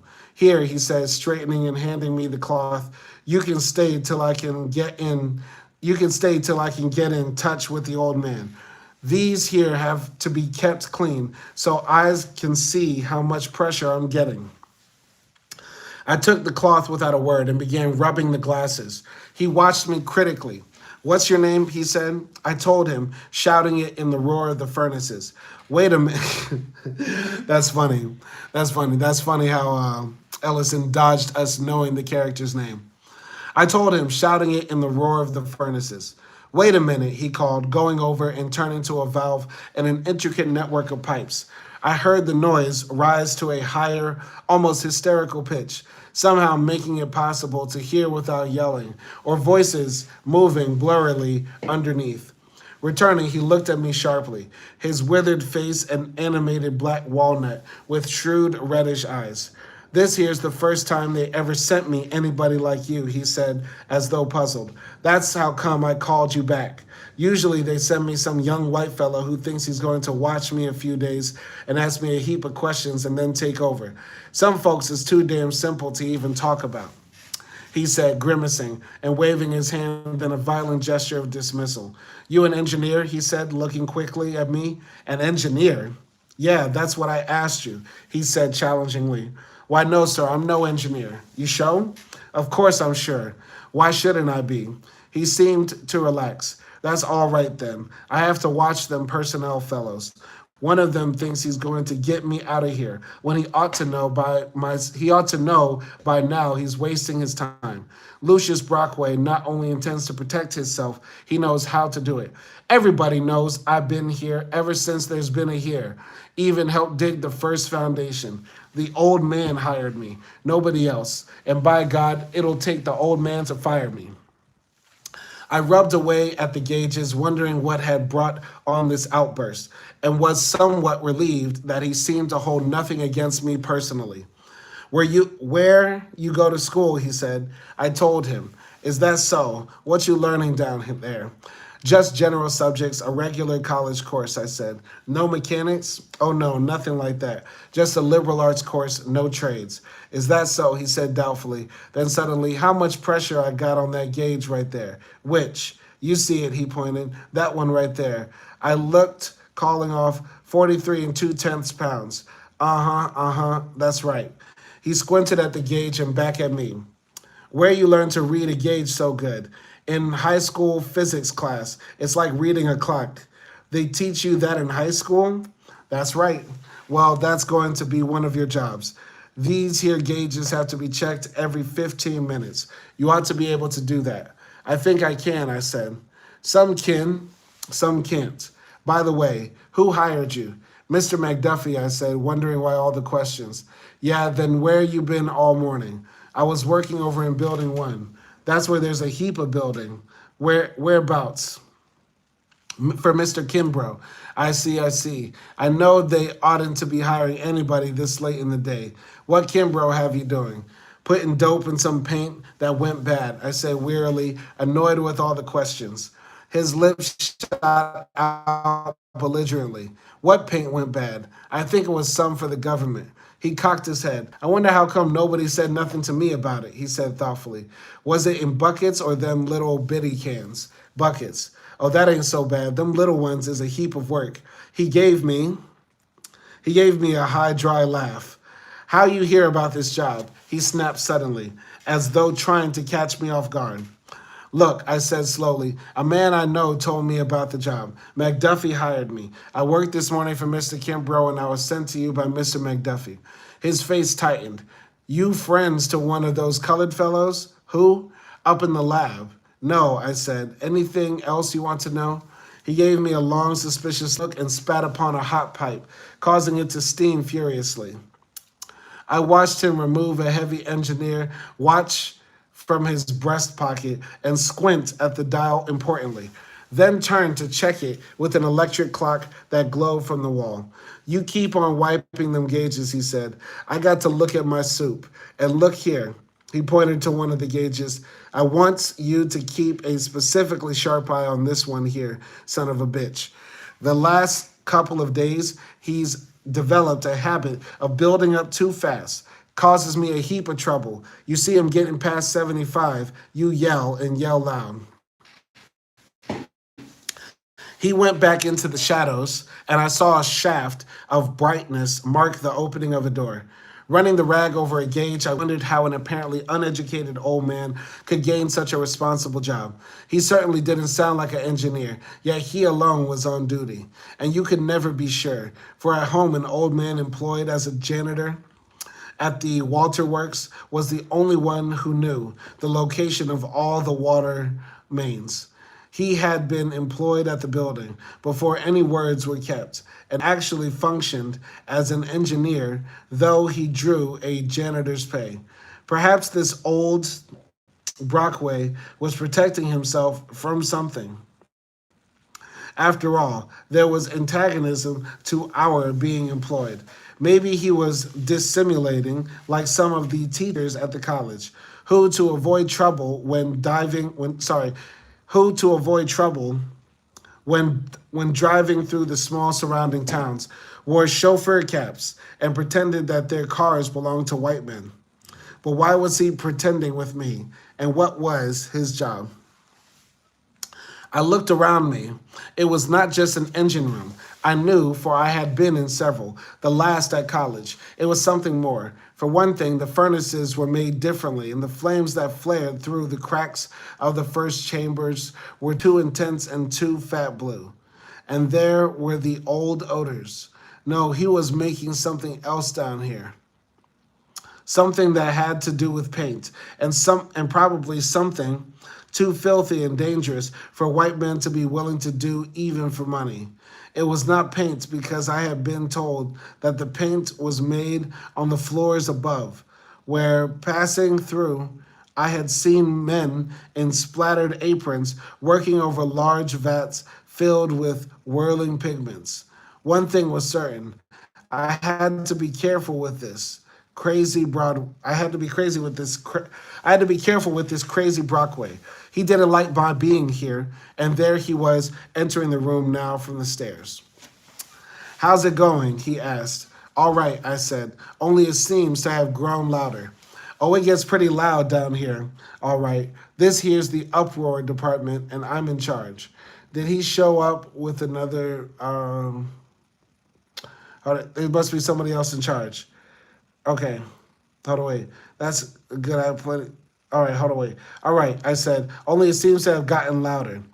Oh, it gets pretty loud down here, all right. This here's the uproar department, and I'm in charge. Did she go over the mark? No, it's holding steady. That's good. I've been having plenty trouble with it lately.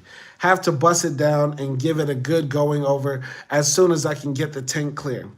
Perhaps he is the engineer, I thought, watching him inspect the gauges and go to another part of the room to adjust a series of valves. Then he went and said a few words into a wall phone and called me, pointing to the valves.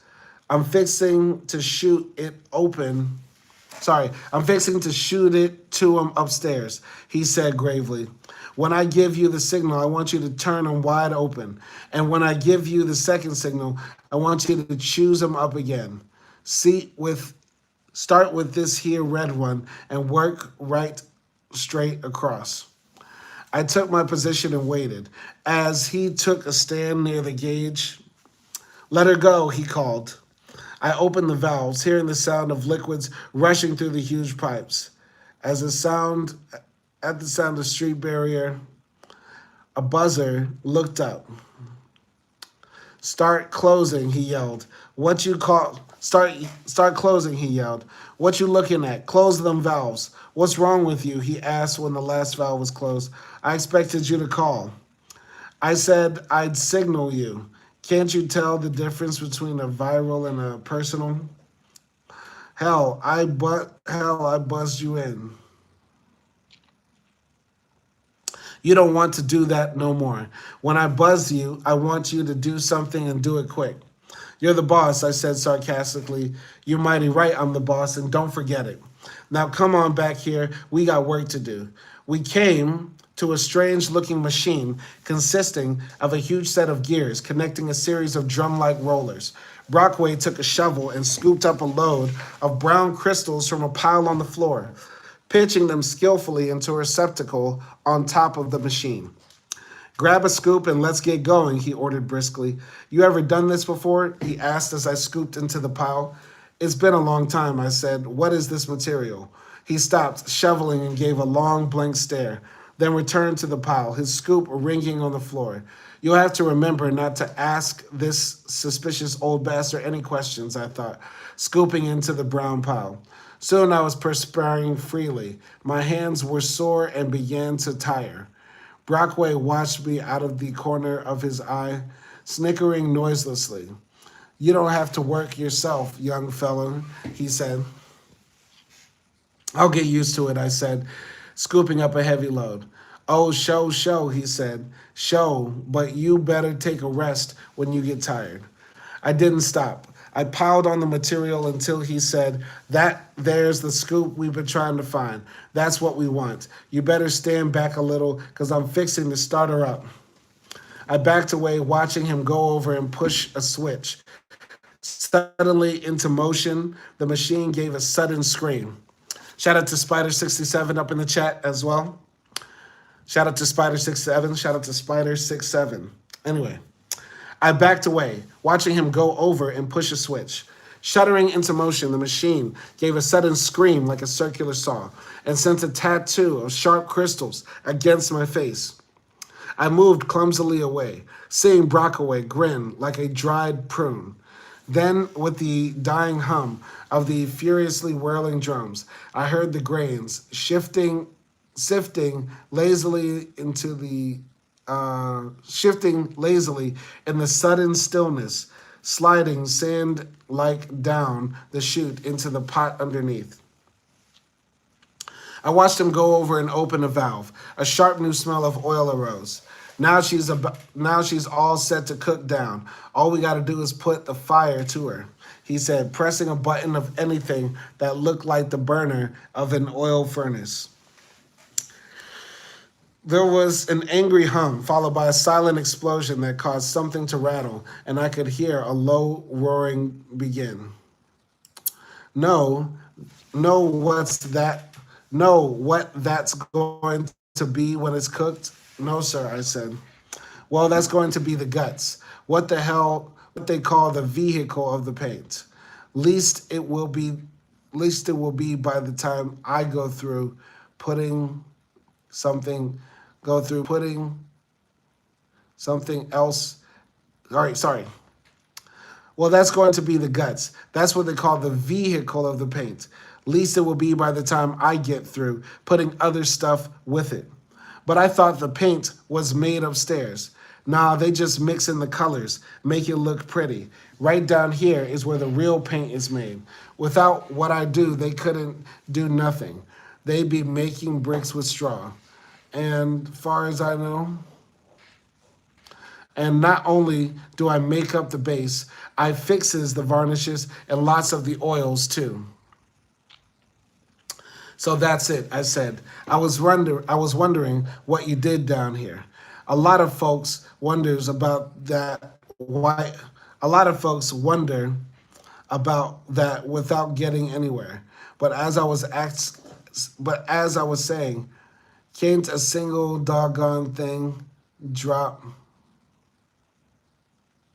can't a single doggone drop of paint move out of the factory lesson it comes through Lucius Brockway's hands.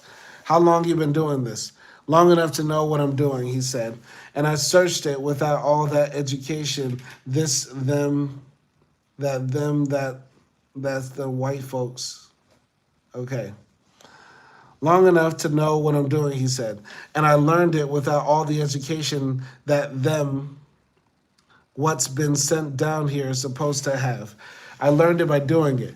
Them personnel fellows don't want to face the facts. But Liberty Paints wouldn't be worth a plugged nickel if they didn't have me here to see that it got a good, strong base. Old man Sparling know it though. I can't stop laughing over the time when I was down with the torch of pneumonia and they put one of the pauses on hold. Okay.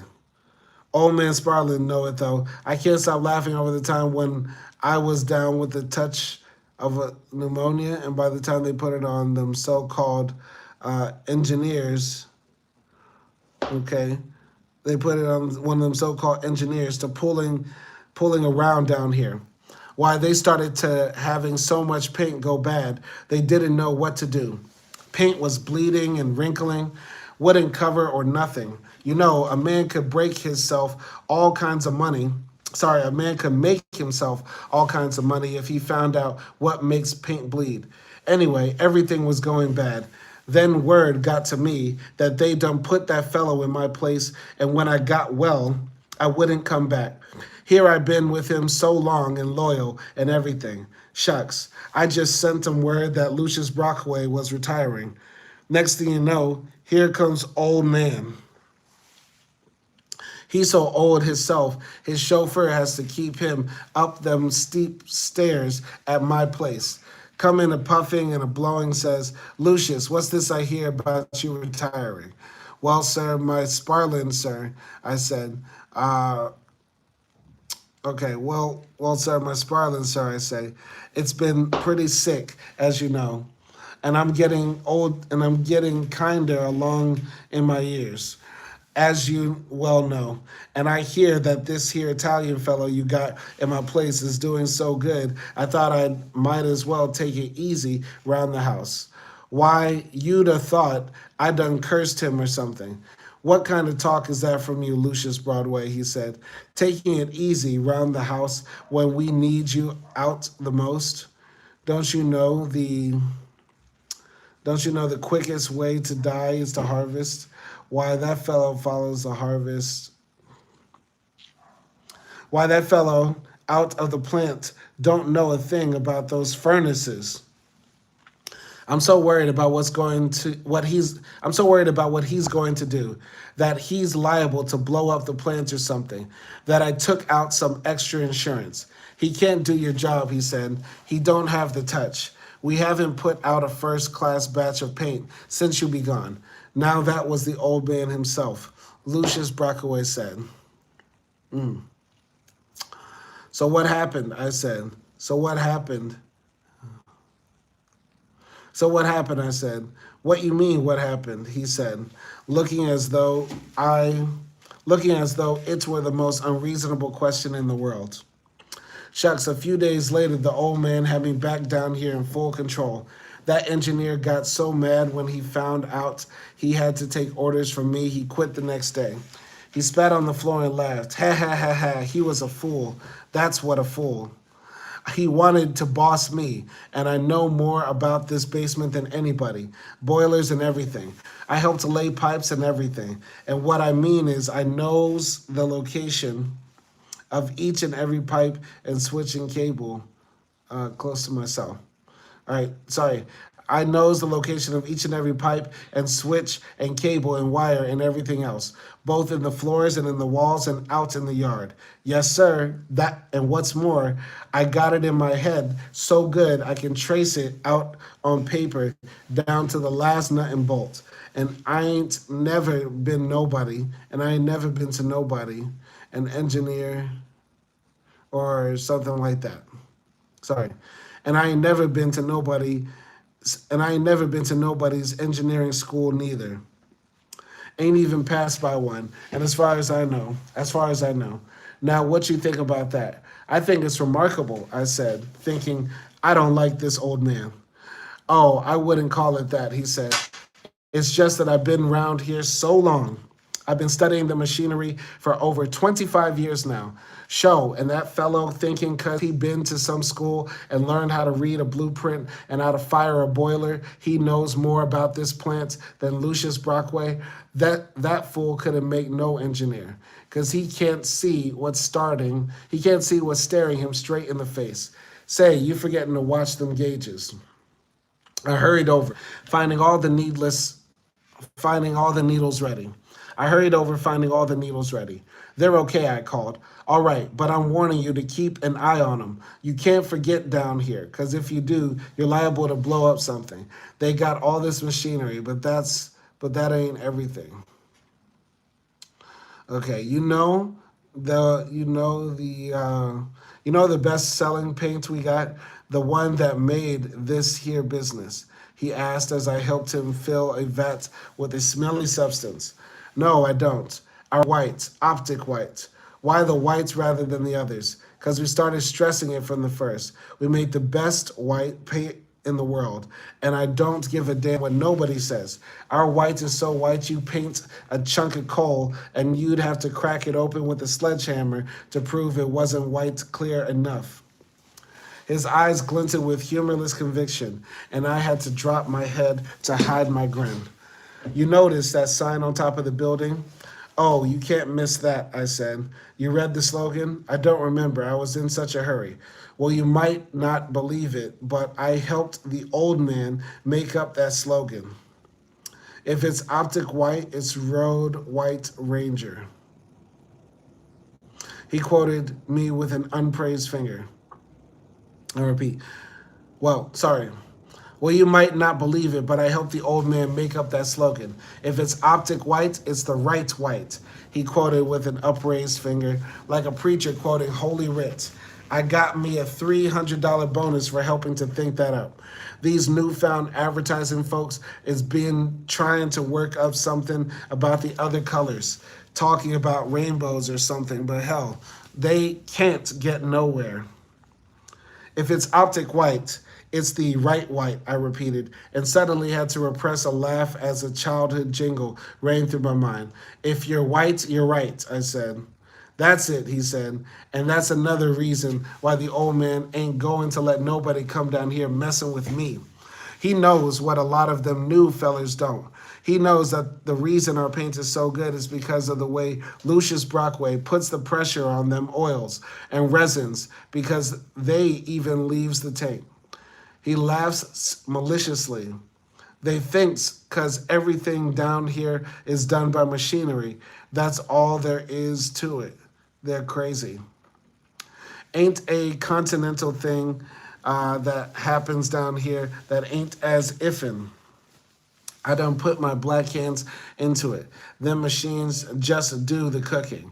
These here hands right here do the sweeting. Yes, sir, Lucius Brockway. Hit it square on the head. I dips my fingers in and sweets it. Come on, let's eat. But what about the gauges, I said, seeing him go over and take a thermos bottle from a shelf near one of the furnaces. Oh, we'll be here close enough to keep an eye on him. Don't you worry about that. But I left my lunch in the locker room over at building number 1. Go on and get it and come back here and eat. Down here, we have to always be on the job. A man don't need no more than 15 minutes to eat no-how. Then I say let him get on back on the job. Upon opening the door, by the way, I have to check how much time we have left. I have about 30 minutes. It's a long chapter. I did not expect this chapter to be so long. Just checking. We're going to blow through these pages. I'm going to try. I think we can do it. I think we can hit these last 5 or 6 pages or so. We can do it. All right, hold on. All right, hold on. Wait. Okay. Where were we? Okay. Where were we? Amanda, all right, let him get back on the job. Okay. Have your lunch, eat, and then come back on the job. Okay. Upon opening the door, I thought I had made a mistake. Men dressed in splattered painters' caps and overalls sat about on benches, listening to a thin, tubercular-looking man who was addressing them in a nasal voice. Everyone looked at me, and I was staring out when the thin man called. There's plenty of seats for latecomers. Come in, brother. Brother, even after my weeks in the north, this was surprising. I was looking for the locker room. I spluttered. You're in it, brother. Weren't you told about the meeting? Meeting? Why, no, sir, I wasn't. The chairman frowned. You see, the bosses are not cooperating, he said to the others. Brothers, who's your foreman? Mr. Brockway, sir, I said.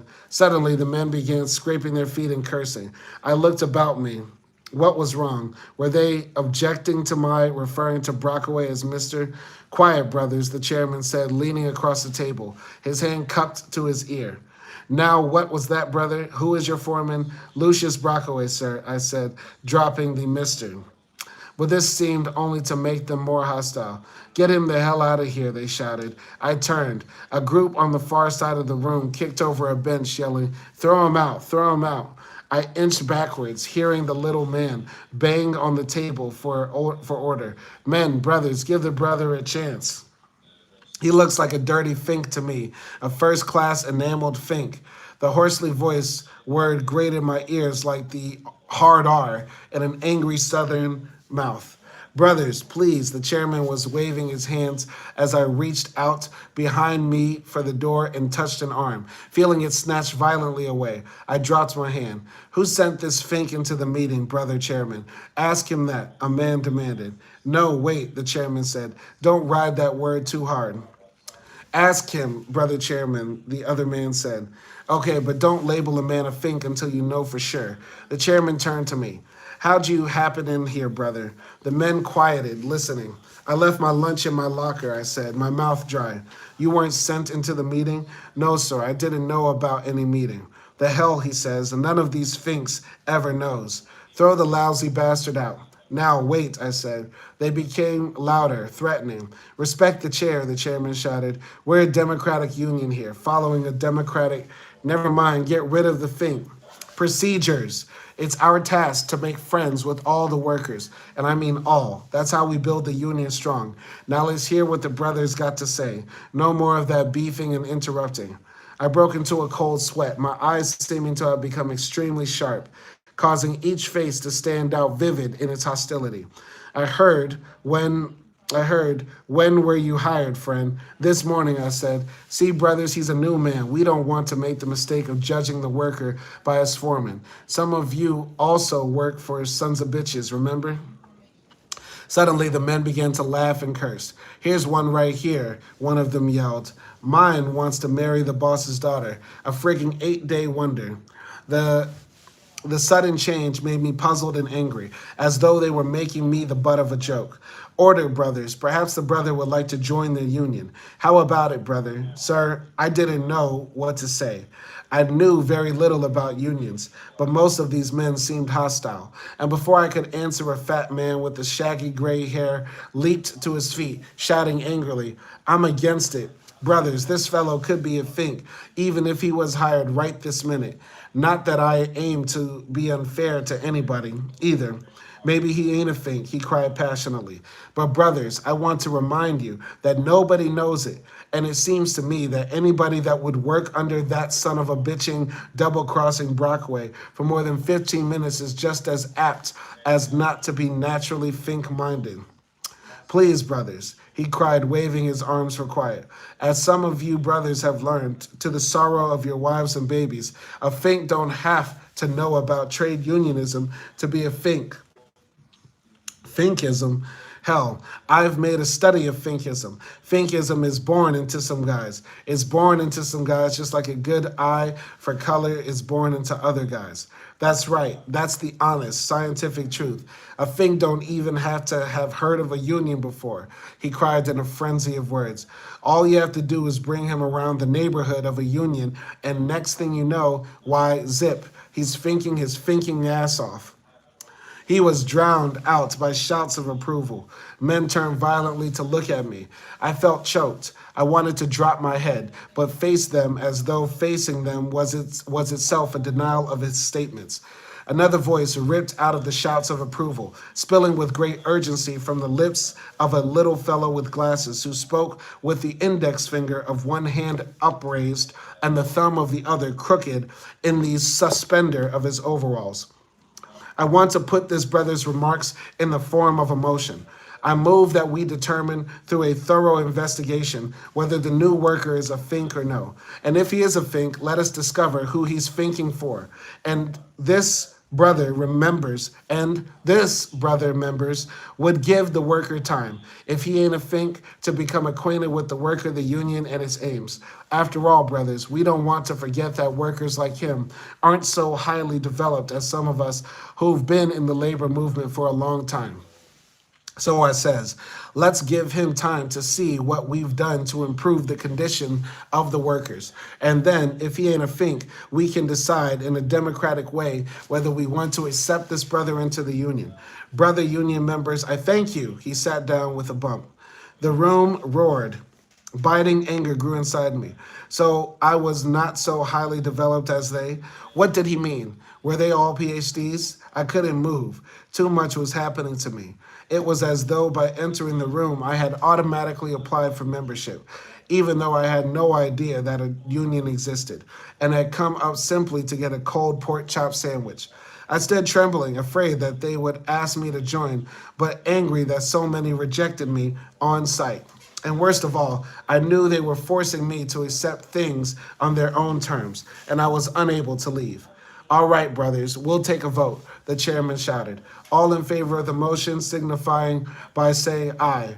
The ayes drowned him out. The ayes carried it, the chairman announced as several men turned to stare at me. At last I could move. I started out, forgetting why I had come. Come in, brother, the chairman called. You can get your lunch now. Let him through. You brothers around the door. My face stung as though it had been slapped. They had made their decision without giving me a chance to speak for myself. I felt that every man present looked upon me with hostility, and though I had lived with hostility all my life, now for the first time it seemed to reach me, as though I had expected more of these men than of others, even though I had not known of their existence. Here in this room, my defenses were negated, stripped away, checked at the door as the weapons, the knives and razors and owlhead pistols of the country boys were checked at Saturday night at the Golden Day. I kept my eyes lowered, mumbling, pardon me, all the way to the drab green locker, where I removed the sandwich for which I no longer had an appetite, and stood fumbling with the bag, dreading to face the men on my way out. Then, still hating myself for the apologies made coming over, I brushed past silently as I went back. When I reached the door, the chairman called. Just a minute, brother. We want you to understand that this is nothing against you personally. What you see here is the results of certain conditions here at the plant. We want you to know that we are only trying to protect ourselves. Someday we hope to have you as a member in good standing. From here and there came a half-hearted applause that quickly died. I swallowed and stared unseeing, the words spurting to me from a red, misty distance. Okay, brothers, the voice said, let him pass. I stumbled through the bright sunlight of the yard, past the office workers chatting on the grass, back to building number 2 to the basement. I stood on the stairs, feeling as though my bowels had been flooded with acid. Why hadn't I simply left, I thought with anguish. And since I had remained, why hadn't I said something, defended myself? Suddenly, I snatched the wrapper off a sandwich and tore it violently with my teeth. hardly tasting the dry lumps that squeezed past my constricted throat when I swallowed. Dropping the remainder back into the bag, I held onto the handrail, my legs shaking as though I had just escaped a great danger. Finally, it went away, and I pushed open the metal door. What kept you so long? Brockway snapped from where he sat on a wheelbarrow. He had been drinking from a white mug now cupped in his grimy hands. I looked at him abstractly, seeing how the light caught on his wrinkled forehead, his snowy hair. I said, "What kept you so long?" What had he to do with it, I thought, looking at him through a kind of mist, knowing that I disliked him and that I was very tired. "I say," he began, and I heard my voice come quiet from my tensed throat as I noticed by the clock that I had been gone only 20 minutes. I ran into a union meeting. "Union," I heard his white cup shatter against the floor as he uncrossed his legs, rising. "I knowed you belonged to that bunch of troublemaking foreigners. I knowed it. Get out," he screamed. "Get out of my basement." He started toward me as in a dream, trembling like the needle of one of the gauges as he pointed toward the stairs, his voice shrieking. I stared. Something seemed to have gone wrong. My reflexes were jammed. "But what's the matter?" I stammered, my voice low and my mind understanding, and yet failing exactly to understand. "What's wrong? You heard me. Get out." "But I don't understand." "Shut up and get." "But Mr. Brockway," I cried, fighting to hold something that was giving way. "You two-bit troublemaking union louse." "Look, man," I cried urgently now, "I don't belong to any union. If you don't get out of here, you low-down skunk," he said, looking wildly about the floor, "I'm liable to kill you. The Lord being my witness, I'll kill you." It was incredible. Things were speeding up. "You'll do what?" I stammered. "I'll kill you, that's what." He had said it again, and something fell away from me, and I seemed to be telling myself in a rush, "You were trained to accept the foolishness of such old men as this, even when you thought them clowns and fools. You were trained to pretend that you respected them and acknowledged in them the same quality of authority and power in your world as the whites before whom they bowed and scraped and feared and loved and imitated. And you were even trained to accept it when angered or spiteful or drunk with power. They came at you with a stick or strap or cane, and you made no effort to strike back, but only to escape unmarked. But this was too much. He was not grandfather or uncle or father, nor preacher or teacher. Something uncoiled in my stomach, and I was moving toward him, shouting more of a black blur that irritated my eyes than at a clearly denned human face. "You'll kill who?" "You, that's who." Ooh, okay, it's getting hot in here. But it looks like our main character is growing a spine. "Listen here, you old fool. Don't talk about killing me. Give me a chance to explain. I don't belong to anything. Go on, pick it up. Go on," I yelled, seeing his eyes fasten upon a twisted iron bar. "You're old enough to be my grandfather, but if you touch that bar, I'll swear I'll make you eat it.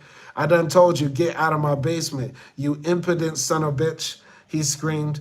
I moved forward, seeing him stoop and reach aside for the bar, and I was throwing myself forward, feeling him go over with a grunt, hard against the floor, rolling beneath the force of my lunge.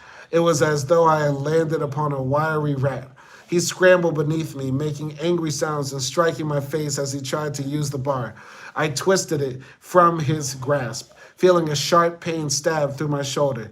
"He's using a knife," flashed through my mind, and I slashed out my elbow sharp against his face, feeling it land solid and seeing his head fly backwards and up and back again as I struck again, hearing something fly free and skitter across the floor, thinking it's gone, the knife is gone, and struck again as he tried to choke me, jabbing at his bobbing head, feeling the bar come free and bringing it down at his head, missing, the metal clinking against the floor, and bringing it up for a second try and him yelling, "No, no, you the best, you the best." That's funny. "I'm not going to beat your brains out," I said, my throat dry, stabbing me. "No," he panted, "I got enough. Ain't you heard me say I got enough?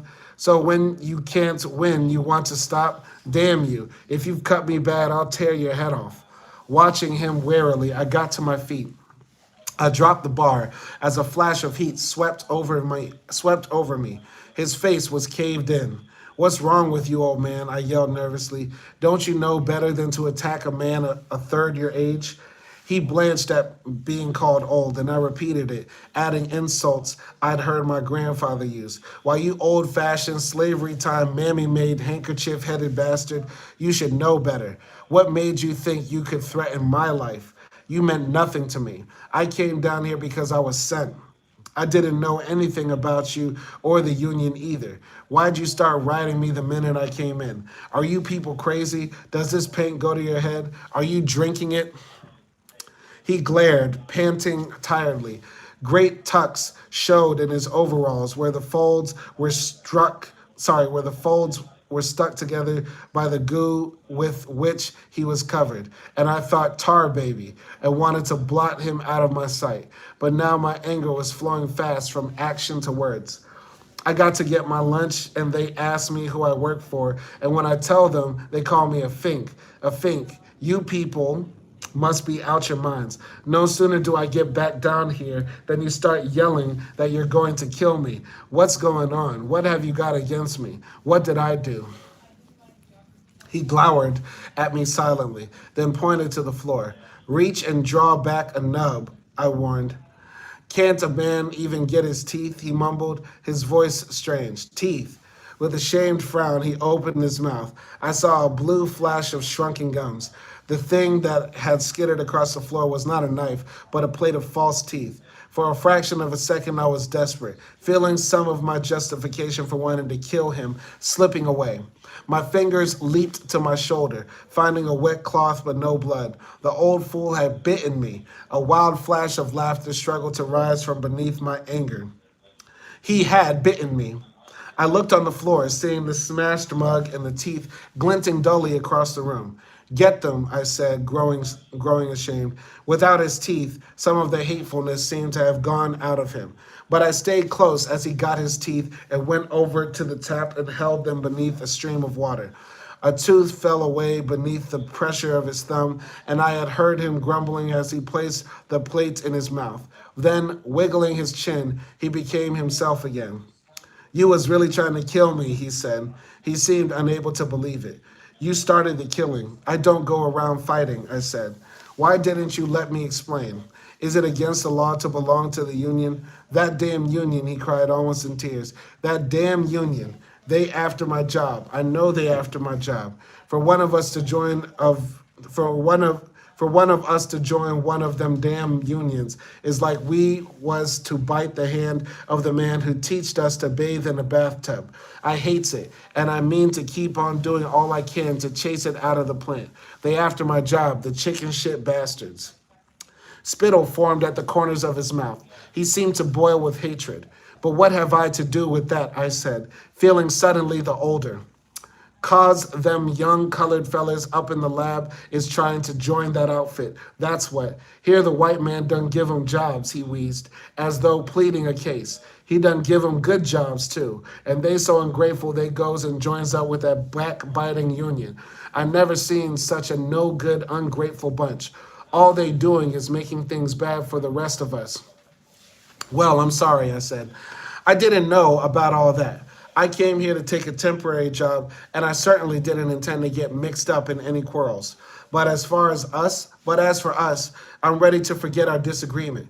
If you are, I held out my hand, causing my shoulder to pain.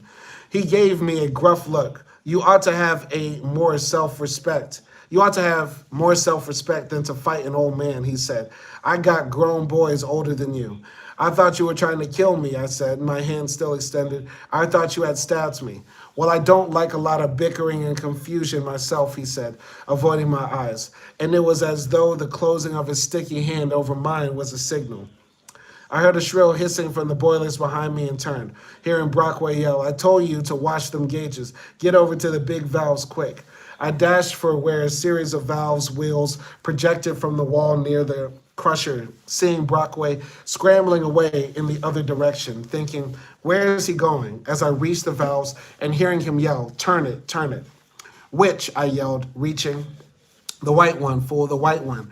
I jumped, catching it and pulling down with all my weight, feeling it give. But this only increased the noise, and I seemed to hear Brockway laugh as I looked around to see him scrambling for the stairs, his hands clasping the back of his head, and his neck pulled in close, like a small boy who has thrown a brick into the air. Hey you, I yelled, hey, but it was too late.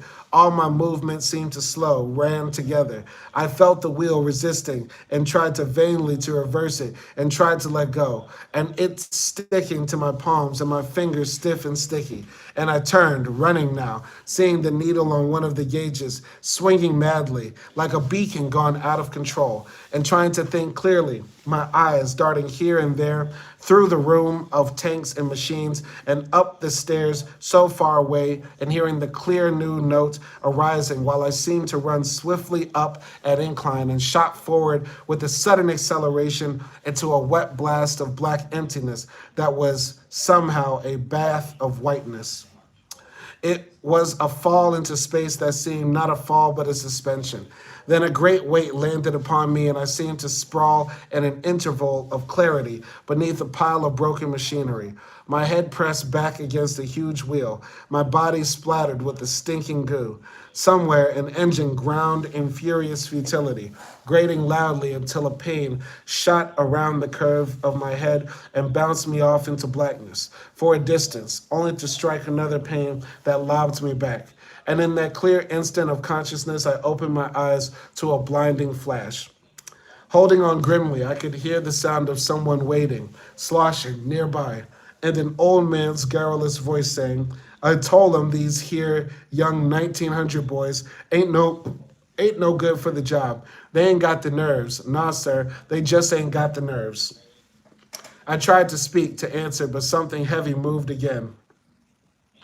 And I was understanding something fully and trying again to answer, but seemed to sink to the center of a lake of heavy water and pause, transfixed and numb with the sense that I had lost irrevocably an important victory. Now that was a funny chapter, incredible chapter, really interesting, really captivating. Really like chapter 10. Chapter 9 is still my favorite though. I really like that interaction with the white liberal and our main character.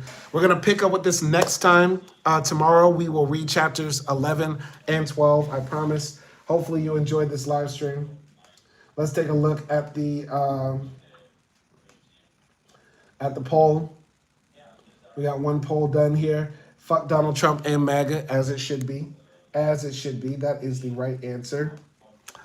And over here, for Ice Cube, yes, all the right answers as well. America's Most Wanted. I'm happy with the polls. I am very happy with the polls. Y'all be easy out there. Catch you tomorrow, and peace.